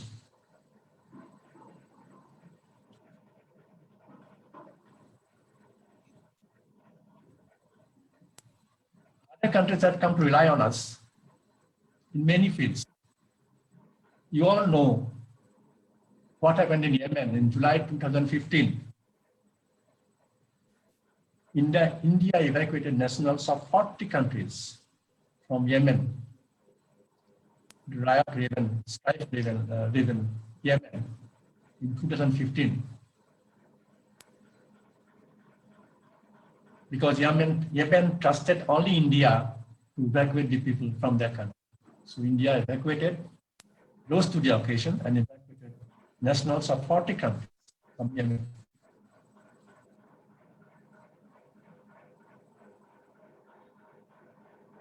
What happened in the later years? India has become the fourth most powerful military power in the world this year, by 2020.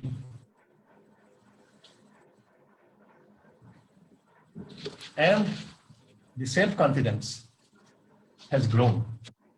One of the key ingredients for becoming self-reliant is self-confidence, old abilities, and that has grown by leaps and bounds.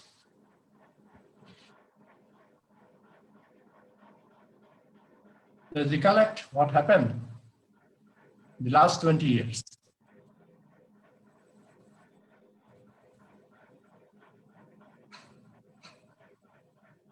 The tsunami, the Kashmir earthquake, the Sikkim earthquake,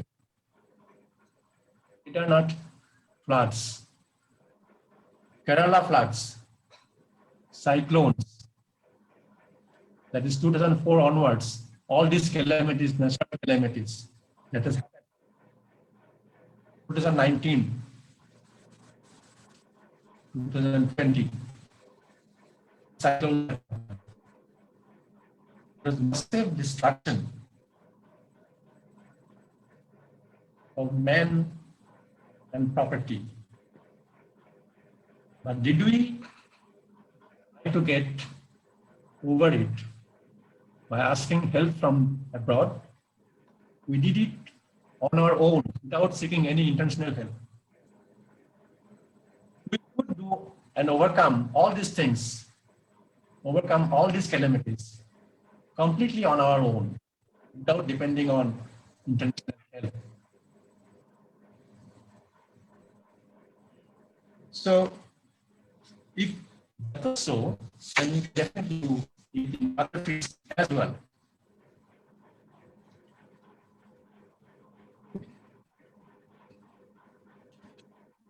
More examples.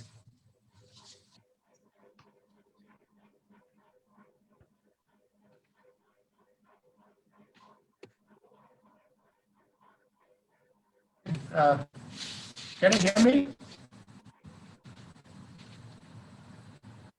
I think so, yeah. A little bit disturbance. Okay.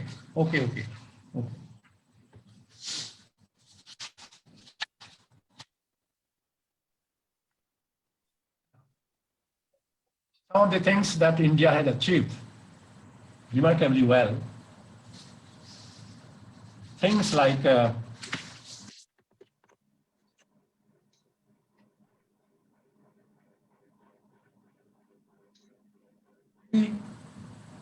events that had taken place and which India solved on its own without international help. The electricity grid collapse of 2012. International media scoffed because 660 million people were affected.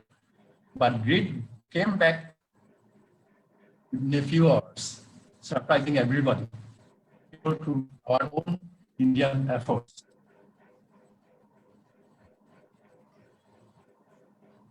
Sikkim was devastated by floods, and there was landslides in so many places, the road from Siliguri to Gangtok.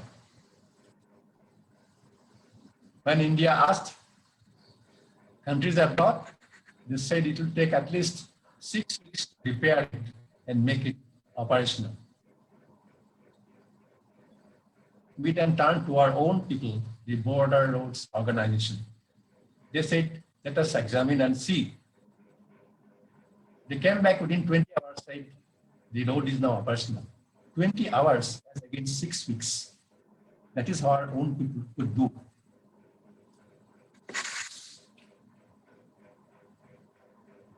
And to cap it all, India loaned $1 billion to Russia in 2019, a poor country loaning money to a rich country.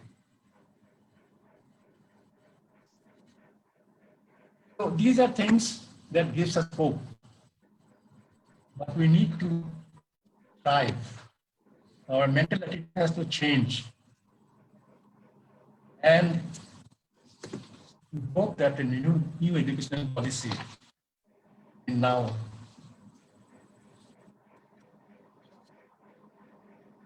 be able to achieve these goals where schools and colleges will give more opportunity to the innovative mind to come up with new innovations that what is happening?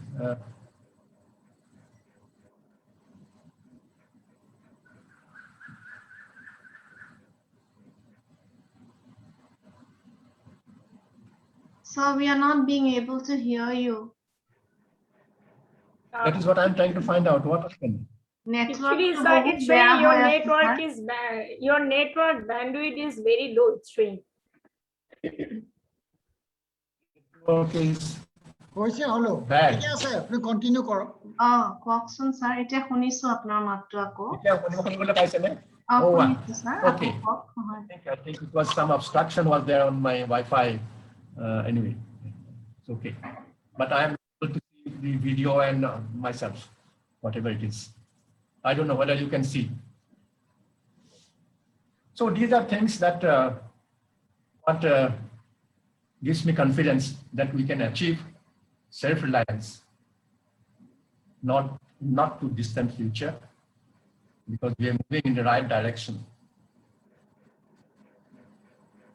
Our educational system, Dr. Pegu has mentioned,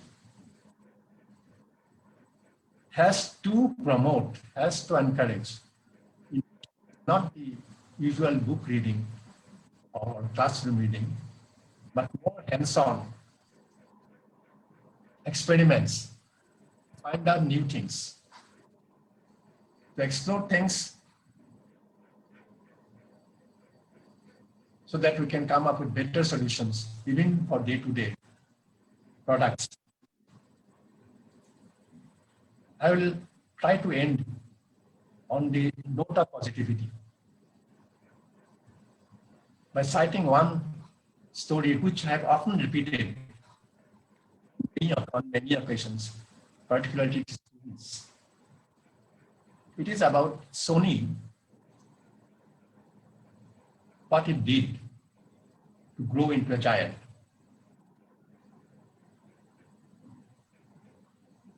It is from an interview of its founder, Akio Morita, which appeared in the London edition of Reader's Digest way back in 1985. He was asked how Sony could come up with innovations year after year. This was in 1980s. Sony was at its top, coming up with one product after another. He said, besides having the engineers, scientists, I've also had people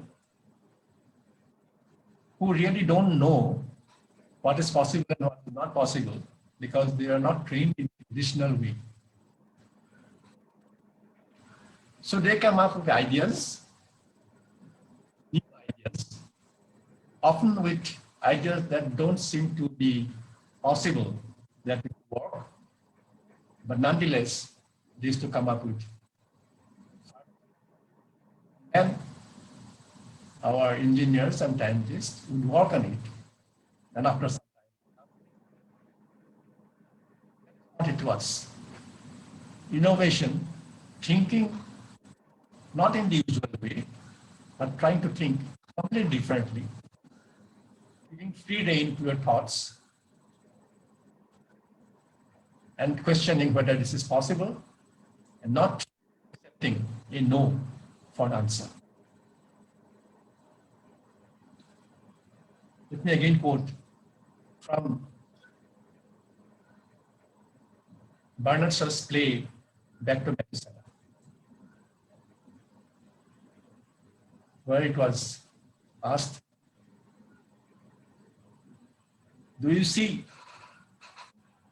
Yeah, I see things, but I also dream of things which are never there, and then ask why not. This is what we require in our future generation. There are many things to come. India is lucky, the fortunate, that is workforce is the largest, the productive workforce is the largest in the world, because the median age in India is now 28 years compared to 48 years in Japan, or 39 years in USA, or 40 years in Russia. So the productive age of people is generally between 15 years and 60 years, 65. We have a very large workforce of people who can work, who are full of energy, and whose aim, as per opinion survey, is to give back something to the country, make an impact. If that is what the present generation feels about, then I have no doubt that we will be able to be self-reliant in the coming years. There are many things in the world. There are many fantastic ideas which are floating around, where we not only do our own things for our own country, but also for the world. Like, for example, the idea of harnessing solar energy by stationary satellites up positioned all around the globe, up over the sky, to trap that energy and reflect back to the art stations and distribute all over the world. That will require cooperation of all the nations of the world. And India should be one of the leading participants in those ventures in the future. So once again, I thank you for inviting me, because I think it is becoming too long, and also the video and audio, I think, is giving some trouble. So thank you again. I will end on that note, and thank you so much.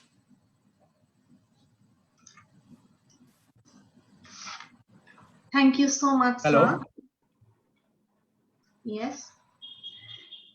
Thank you so much, sir. The lecture was indeed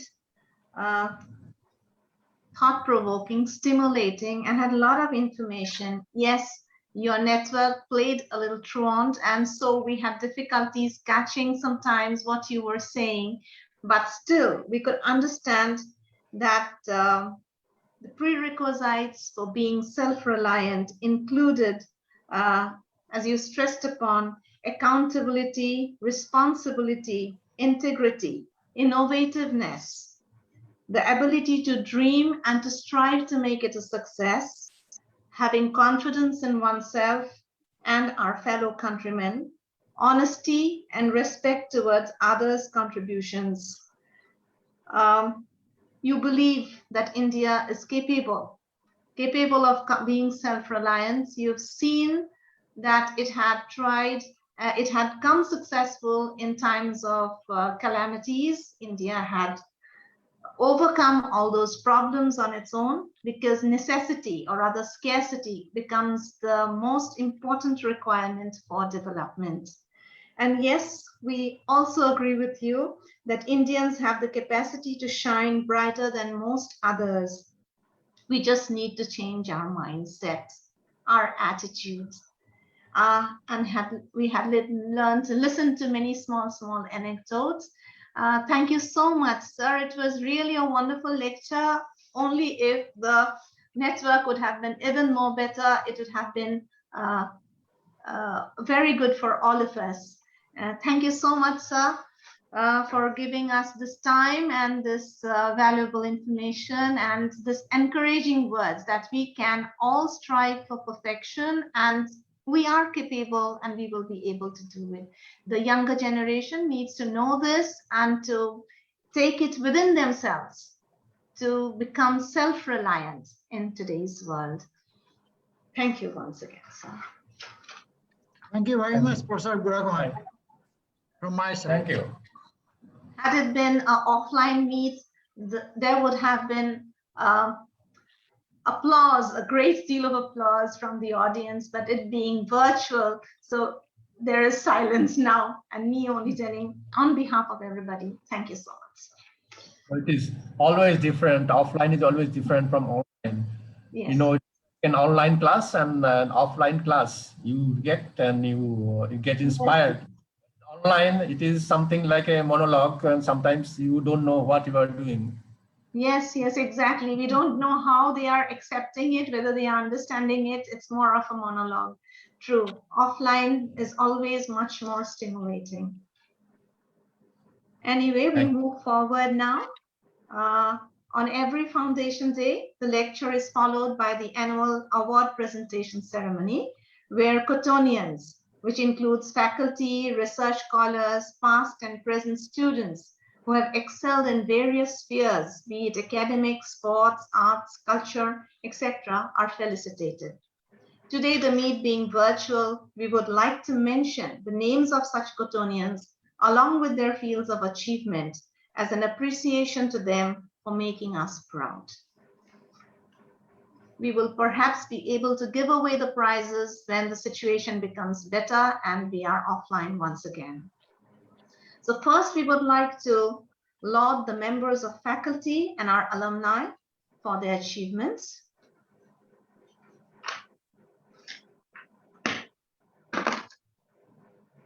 It has come. Yeah. So we have Professor B.N. Goswami, Head, Center for Clouds and Climate Research, Cotton University, who has been placed among the top 2% scientists in the world and ranked first in India in the field of meteorology and atmospheric science by Stanford University, USA. This is indeed remarkable, and the Cotton family looks up to you, sir, for inspiration. Our heartiest congratulations.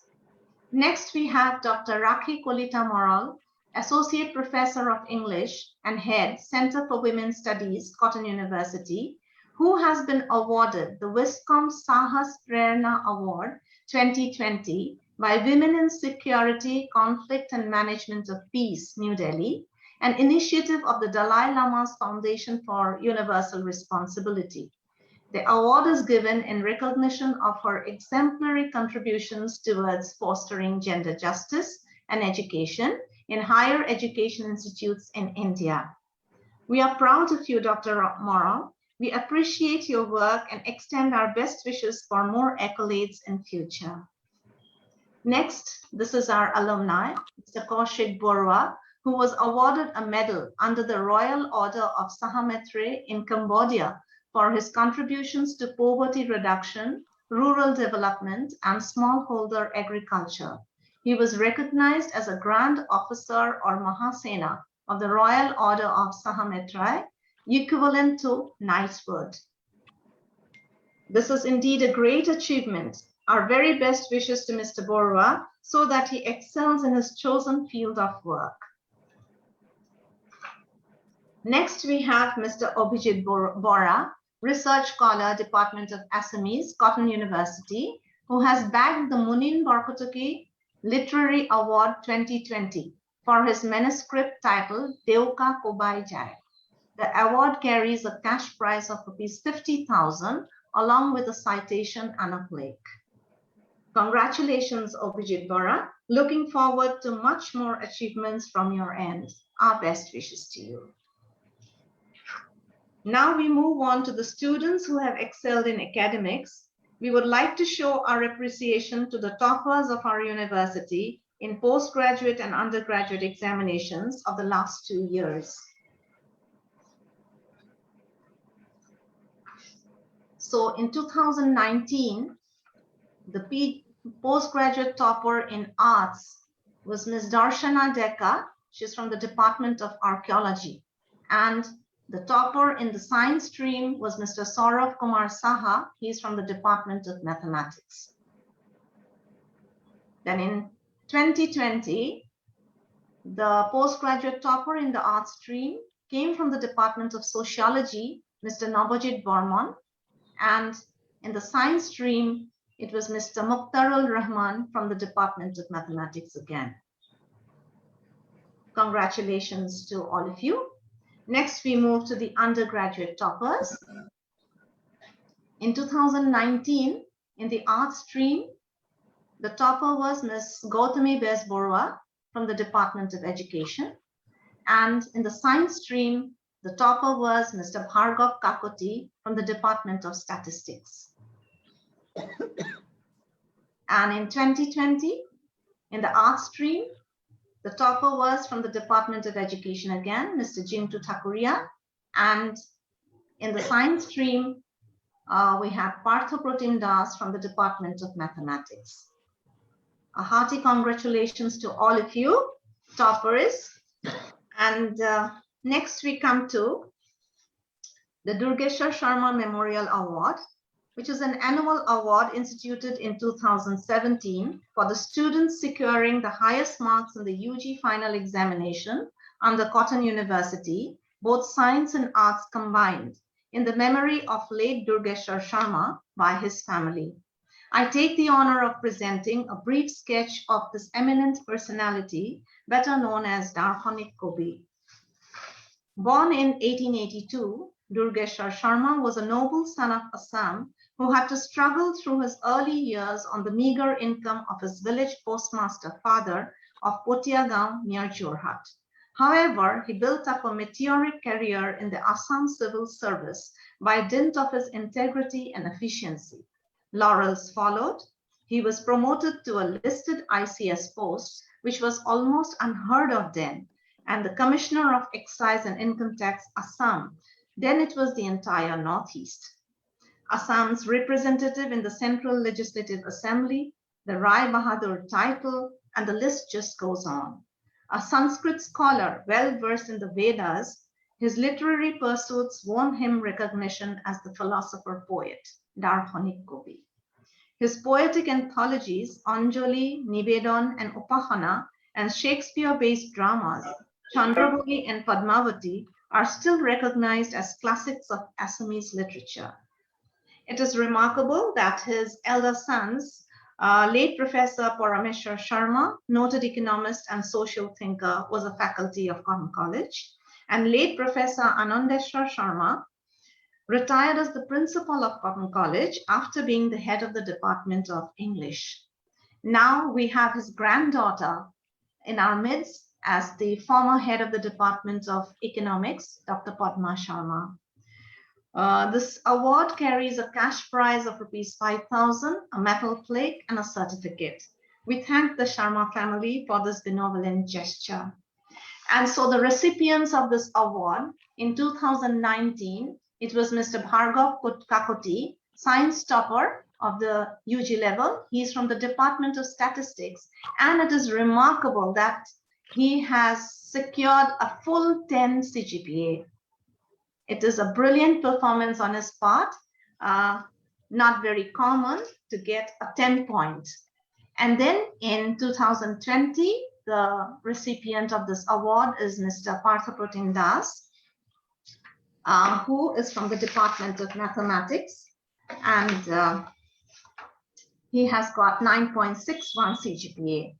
Our heartiest congratulations to both of these recipients of the Durgeshar Sharma Memorial Award. We then have the higher secondary rank holder in 2020, Ms. Debashri Bora. She has secured the 4th rank in the art stream in the Assam Higher Secondary Examination 2020. Congratulations to you, Devashri, and our best wishes so that you can achieve more in the future. I now request Dr. Pooja Chetri from the Center for Women's Studies, Cotton University, to kindly present the names of the achievers in the fields of sports, literature, and cultural activities. Over to you, Pooja. Thank you, Baido. Cotton University believes that holistic development of a student is possible only when we encourage them to actively participate in different extracurricular programs, holding on to this belief system and thriving on to provide better avenues to the student. Moving on with today's program, I take this platform as an opportunity to acknowledge and appreciate our students who brought numerous laurel to Cotton University in sports, literary, NCC, cultural activities, both within the regional, national, and international levels. To begin with in sports, students of Cotton University have actively participated and won medals in taekwondo, karate, grappling, rollball, and Devil Circuit College Frenzy competition. Showing our appreciations toward the student, I would like to call out their names now. Sivalika Patnavis, Mass Communication and Journalism, Krishnangi K. Lahakar, Economics, Rishikesh Kolita from Physics, Dhanjoti Rajvangsi from Sociology, Rituraj Bora from Anthropology, Burman Amlan Kargil from Chemistry, Bungthangjam Rongkol from Economics. Moving on towards the literary field, the student of our university had brought medals in speech, competition, verbal mention, verbal commendation award in the Model United Nations virtual conference, best paper award, quiz competitions, and drawing competitions. I now like to call upon their names. Satabdi Sil from Political Science, Raktim Ranojoy Nyog from Political Science, Ritabrata Bhattacharjee from English, Nikhil Ranjan Chetia from English, Iftisam Nasreen from High Secondary Arts, Jintu Borthakuria from Education, Ipahi Borua from High Secondary History, Plawan Sharma from Zoology, Raktim Ranjan Bosha from Political Science, Mandip Bayan from History. It is my privilege to make this special mention and announce about the laurel brought by our students. Cotton University was awarded as the best university in literary category among the 90 universities from across the country in 35th National Inter-University Youth Festival 2020. On this wonderful moment, I send out my loud shout out to all the Cotton University fraternity for this achievement and especially thank and congratulate our students. Big congratulations to you all. Students of the university have also excelled in the area of NCC. 2 students of the university had participated in Republic Day NER contingent 2020. Another student had represented Northeast region in All India Bayu Sainik camp. Cherishing their achievements, I would like to call out their names. Kritika Haloi from Chemistry, Ruma Rulika Bhuya from Chemistry, Nepo Moirangjang Rangthom from Geography. Similarly, in the field of culture, the student had brought prizes in Indian classical music, Indian classical dance, folk dance, beauty pageant, drama. In this category, we have both individual as well as group achievers.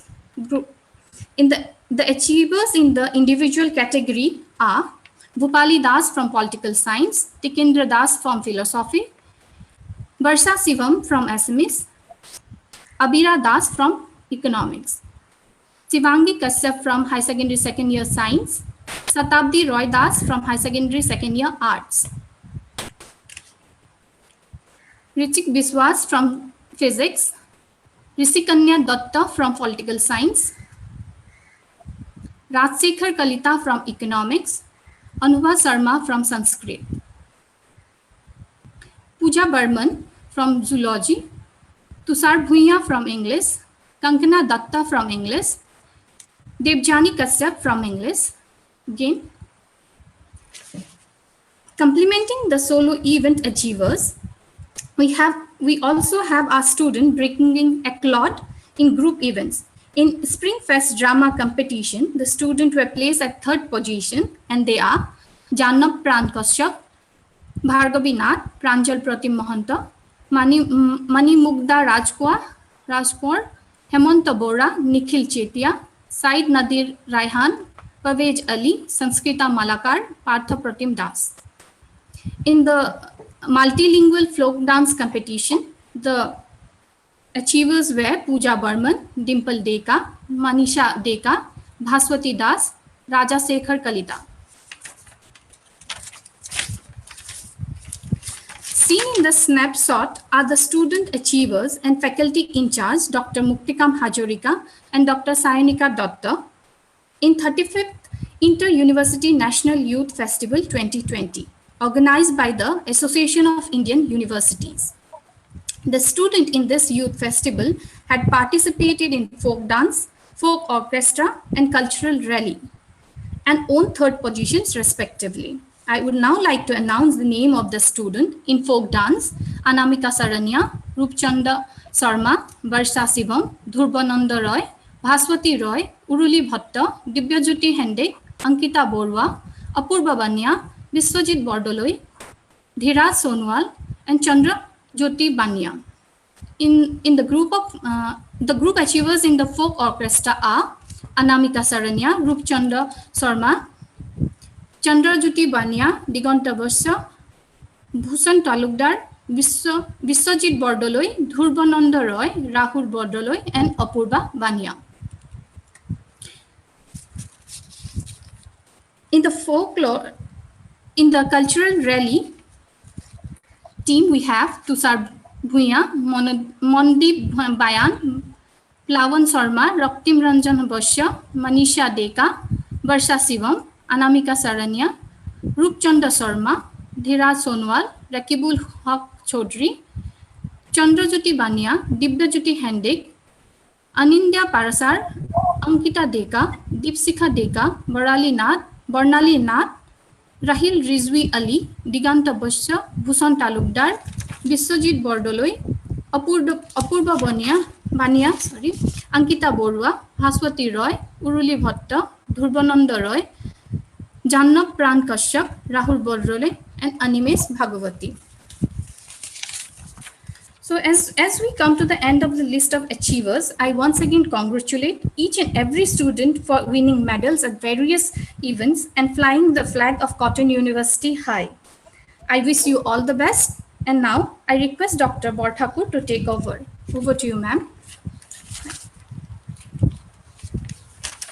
Thank you so much. Now there is somebody has mic on. Please kindly unmute yourself. Mute yourself, rather. Well, there is an announcement that we have to make, a special acknowledgement that Cotton University has received. It is about Cotton University being acknowledged as one of the frontier educational institutions displaying exemplary social service under the Assam Cares initiative launched by the government of Assam in 2020. In this regard, the university received a memento and a certificate of acknowledgement from the government of Assam on 20th February 2021. Assam Cares was an outreach program to help the people who were stranded outside Assam because of the nationwide lockdown during the first wave of COVID-19 pandemic last year. More than 50 students from across various academic departments of the university came forward to make contributions in the initiative voluntarily, and 6 faculty members were served as mentors to the students under the Assam Cares initiative, and they are Dr. Narayan Sharma, Dr. Jitumani Kolita, Dr. Hiten Chaudhary, Dr. Chandan Jyoti Kumar, Dr. Opurba Bormon, and Dr. Muktikam Hazarika. The Cotton family appreciates the exemplary selfless service rendered by the team of faculty and students in these testing times. We are indeed proud of you. Thank you so much. Thank you very much. We have almost come to the end of the program. I call upon Abhilasha Neo, Assistant General Secretary, Cotton University Students Union 2019-20, to offer the vote of thanks.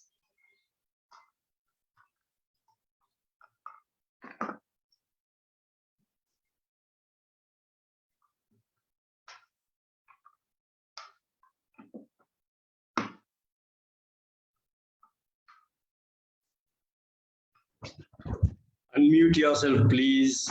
Unmute yourself, please.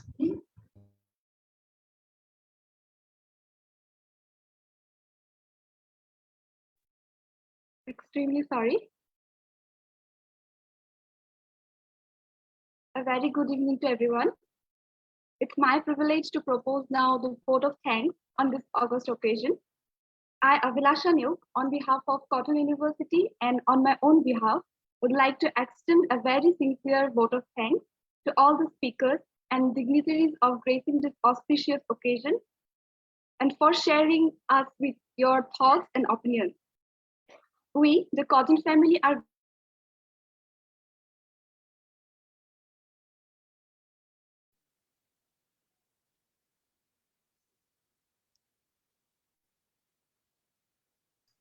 Abhilasha, we cannot hear you.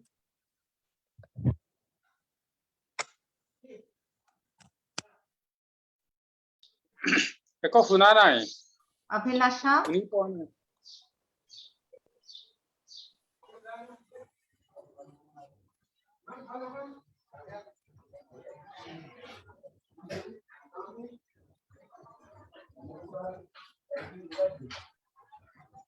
I will reconnect koribo neki. Korise. sorry, sir, I have some connectivity issues. Okay, I hope it is okay We, now. the Cotton family, are very. Koja. Yeah. Audible. Can you hear me now? Yes, yes.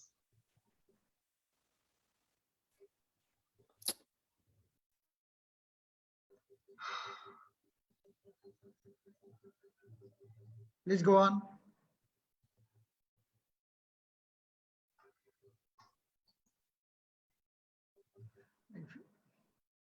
Oh my God. Abhilasha?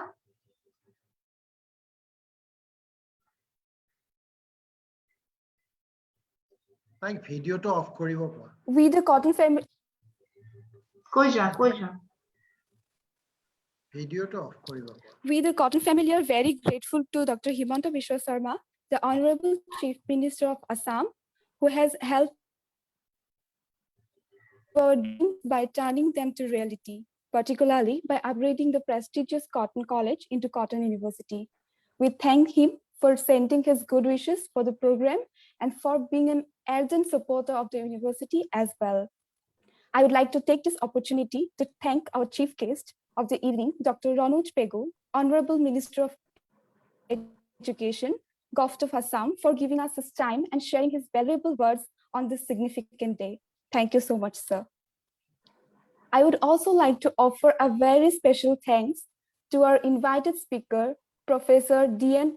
Buragohai, sir, former director, IIT Guwahati, who honored this event with his inspirational thoughts. Sir, it was a pleasure to listen to your stimulating speech. This occasion would not be complete without the good wishes and the blessings of the Honorable Vice Chancellor of Cotton University, Professor Bhavesh Chandra Goswami. Thank you, sir, for your inaugural speech and for your continuous guidance to the students and the university fraternity.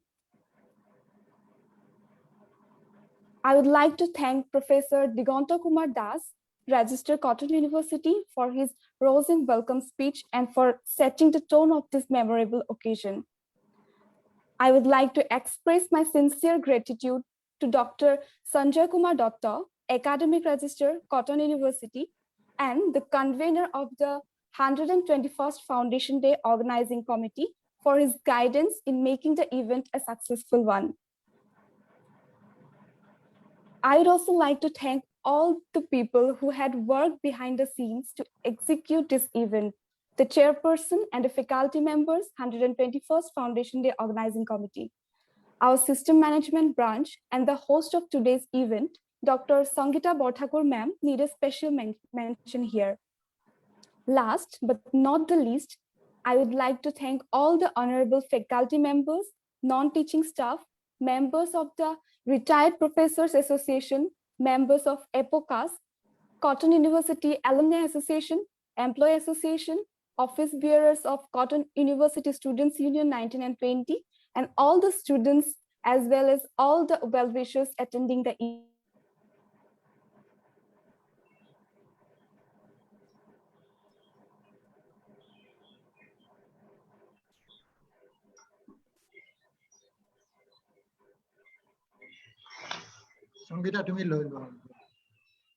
So you are over with, I suppose, Abhilasha. Thank you so much.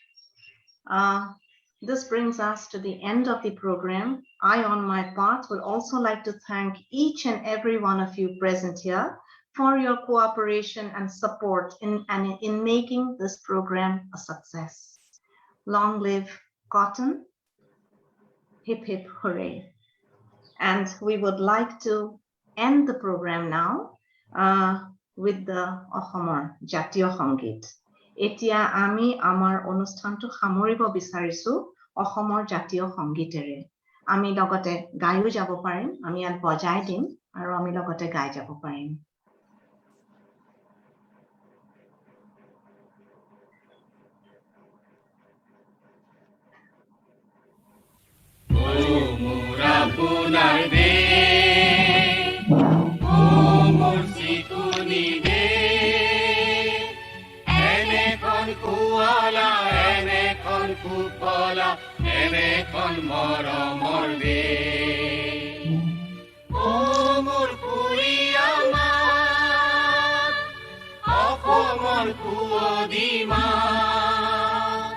পৃথিবীর কত বিচারি জনম তো নোপোৱা কৰিলেও মান ও মোৰ উপজাই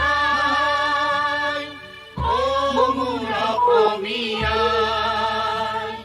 চাই লওঁ এবাৰ মুখনি তোমাৰ এপাহ মোৰ কলমানা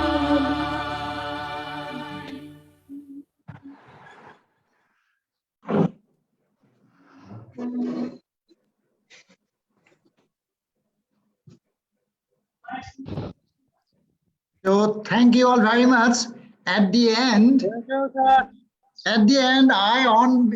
I, from my personal as well as a Vice Chancellor of this university, I especially thank all the members of this organizing committee headed by Dr. Dotto and held by Sangita and everybody. And you have done the whole program very meticulously. So thank you very much. The program was very neatly arranged, and maybe it is a good practice for our convocation. I think I liked it. Thank you, sir. Thank you so much. Thank you, sir. Thank you, sir. Thank you. Thank you, sir. Thank you, sir. Thank you, all of the Maybe involved, everybody. Thank you, sir. Thank you, sir. Thank you very much. Thank you, Sangeeta, also too. Yeah. Thank you, sir. Thank you, sir. Thank you, sir. Buddha Gohai sir out whole second night. Sir, thank you. আপোনাৰ অকমান ইন্টাৰনেটে অকমান disturb কৰিছিলে, কিন্তু হলেও মই ভাবো ঠিকে আছে। কথাখিনি আপুনি মেইন পইণ্টখিনি বৰ ধুনীয়াকে কৈছে। আই থিংক বৰ ভাল পইণ্ট কেইটামান কৈছে। যেনেকে কৈছে এটা কাম কৰিম, মই আপোনাৰ যিখিনি কথাখিনি জিষ্টখিনি মই আজি ৰিকুৱেষ্ট কৰিম সংগীতা বৰঠাকুৰক আৰু আমাৰ ডক্টৰ মৰলক যে আপোনালোকে অকমান ছাৰৰ ৰাইটিংখিনি যিখিনি ক'লে তাৰে জিষ্টখিনি লিখি পেলাই আপোনালোকে ছাৰক এবাৰ দেখুৱাই ল'ব, লৈ উঠি আমাৰ নেক্সট নিউজ লেটাৰত that should go. maybe that's a one-page write-up, but maybe we will do it for it, but maybe you have to edit it finally before it goes for print. Okay, sir. Okay. Dr. Moral or Sangita Borthakur, I think both of you should do this. I think you should circulate it to all those who attended. It will be a wonderful thing to read. You can circulate it by email. You have the email. Okay. Thank you. Yeah, we Thank you, can do Dr. that. Kolita. Yeah. Robin Kolita, khub bhal lagile join korai. Thank you very much. Thank you for remembering me. Oh yes, you remember we were in together in second mass. Yes, in third mass. Studying economics from Cotton. Sir DN Bozura Buragoy sir মানে মই নমস্কাৰ জনাইছো তেখেতৰ মনত আছে নে নাজানো third মেছৰ 100 years যেটা সেলিব্রেশন হৈছিল আমি লগ পাইছিলো তেতিয়া কথা পাতিছিলো বহুত ধুনিয়া আমি গতে তিনিজনে থাৰ্ড মেছৰে ওলাইছো গোটেই থাৰ্ড মেছৰ হয় ধুনিয়া ঠিক আছে এতিয়া আপোনালোকে খুব ভাল লাগিলে থ্যাংক ইউ ভেৰি মাচ মই ভাবো এনেকে আমি মাজে মাজে এনেকে লগ লাগিব লাগে যে নহক আশা কৰো সকলোৰে স্বাস্থ্য পাতি ভালে আছে আর যার অকমান কিবা কিবি অসুবিধা হয়েছে probably they will recover without much problem and we have to fight with the present situation উপায় নাই আৰু আজি আপোনাৰ আৰু মই ডক্টৰ পেগু বহুত সময়লৈ আছিলে আৰু বুঢ়াগোহাঁই ছাৰ যেতিয়া মাইক্ৰোফোন এবাৰ যে ডিস্টার্ব হৈ গল ঠিক সেই সময়তে তেখেতে ওলাই গল বহুত দেৰি থাকিলে তেখেতেও বৰ ভালকৈ কৈছে তাৰ আমি যেতিয়া অফলাইন হোম আমি লৰা ছোৱালী বিলাকক তেহেতৰ এৱাৰ্ড খিনি দি দিয়া ব্যৱস্থাটো কৰিব লাগিব শীঘ্ৰে বাৰু ঠিক আছে আজি তেওঁলোকক আছে তেওঁলোকে প্ৰেজেন্ট আছে ইয়াত আমি মাতিছো তেওঁলোকক কিন্তু এনেকে স্ক্ৰিন মানে স্লাইড শোতে দেখুৱাই দিলো আৰু তেহেতক ভাইস চ্যান্সেলর গোস্বামী ভৱেশ গোস্বামী দাদাক এটা অনুৰোধ কৰিব খুজিছো আমি যিখিনি মানুহ আগৰ কটনিয়া নাছিলো বা কটনৰ সদায় জড়িত কিন্তু এতিয়া আমি মানে directly involved নহয় because we don't form a part of Cotton College or Cotton University now মই অনুৰোধ কৰিব খুজিছো আমাকো জড়িত কৰক আমিও আছো আমি আহিম আগবাঢ়ি যেতিয়া আপোনালোকে ভাবে কিবা এটা প্ৰয়োজন আছে আমি আগবাঢ়ি আহিম যদি আমি কিবা কন্ট্ৰিবিউট কৰিব পাৰো কিবা দিব পাৰো নাই কন্ট্ৰিবিউটৰ আসলতে আমি অলপমান আমাৰ মানে মোৰ পাৰ্সোনালি দেখিছো অলপমান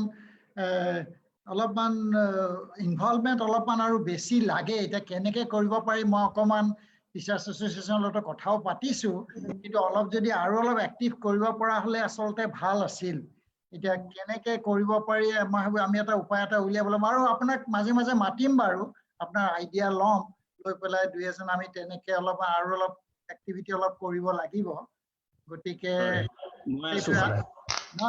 নাই ঠিক আছে ওকে ধুনিয়া তো থ্যাংক ইউ বুঢ়াগোহাঁই স্যার মোক চিনি পাইছে স্যার স্যার আপোনাৰ ঘৰত গৈছিল বহুতবাৰ আইআইটি ঘৰতে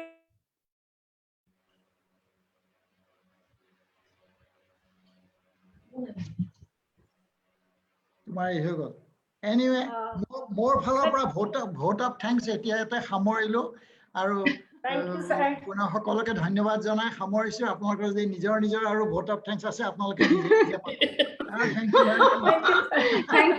thank you so much really initially I just thought but finally it ended up very nicely gotike মই খুব ভাল লাগিলে I'm very happy thank you all very much so I will switch it off okay sir thank you sir okay thank you very much thank you sir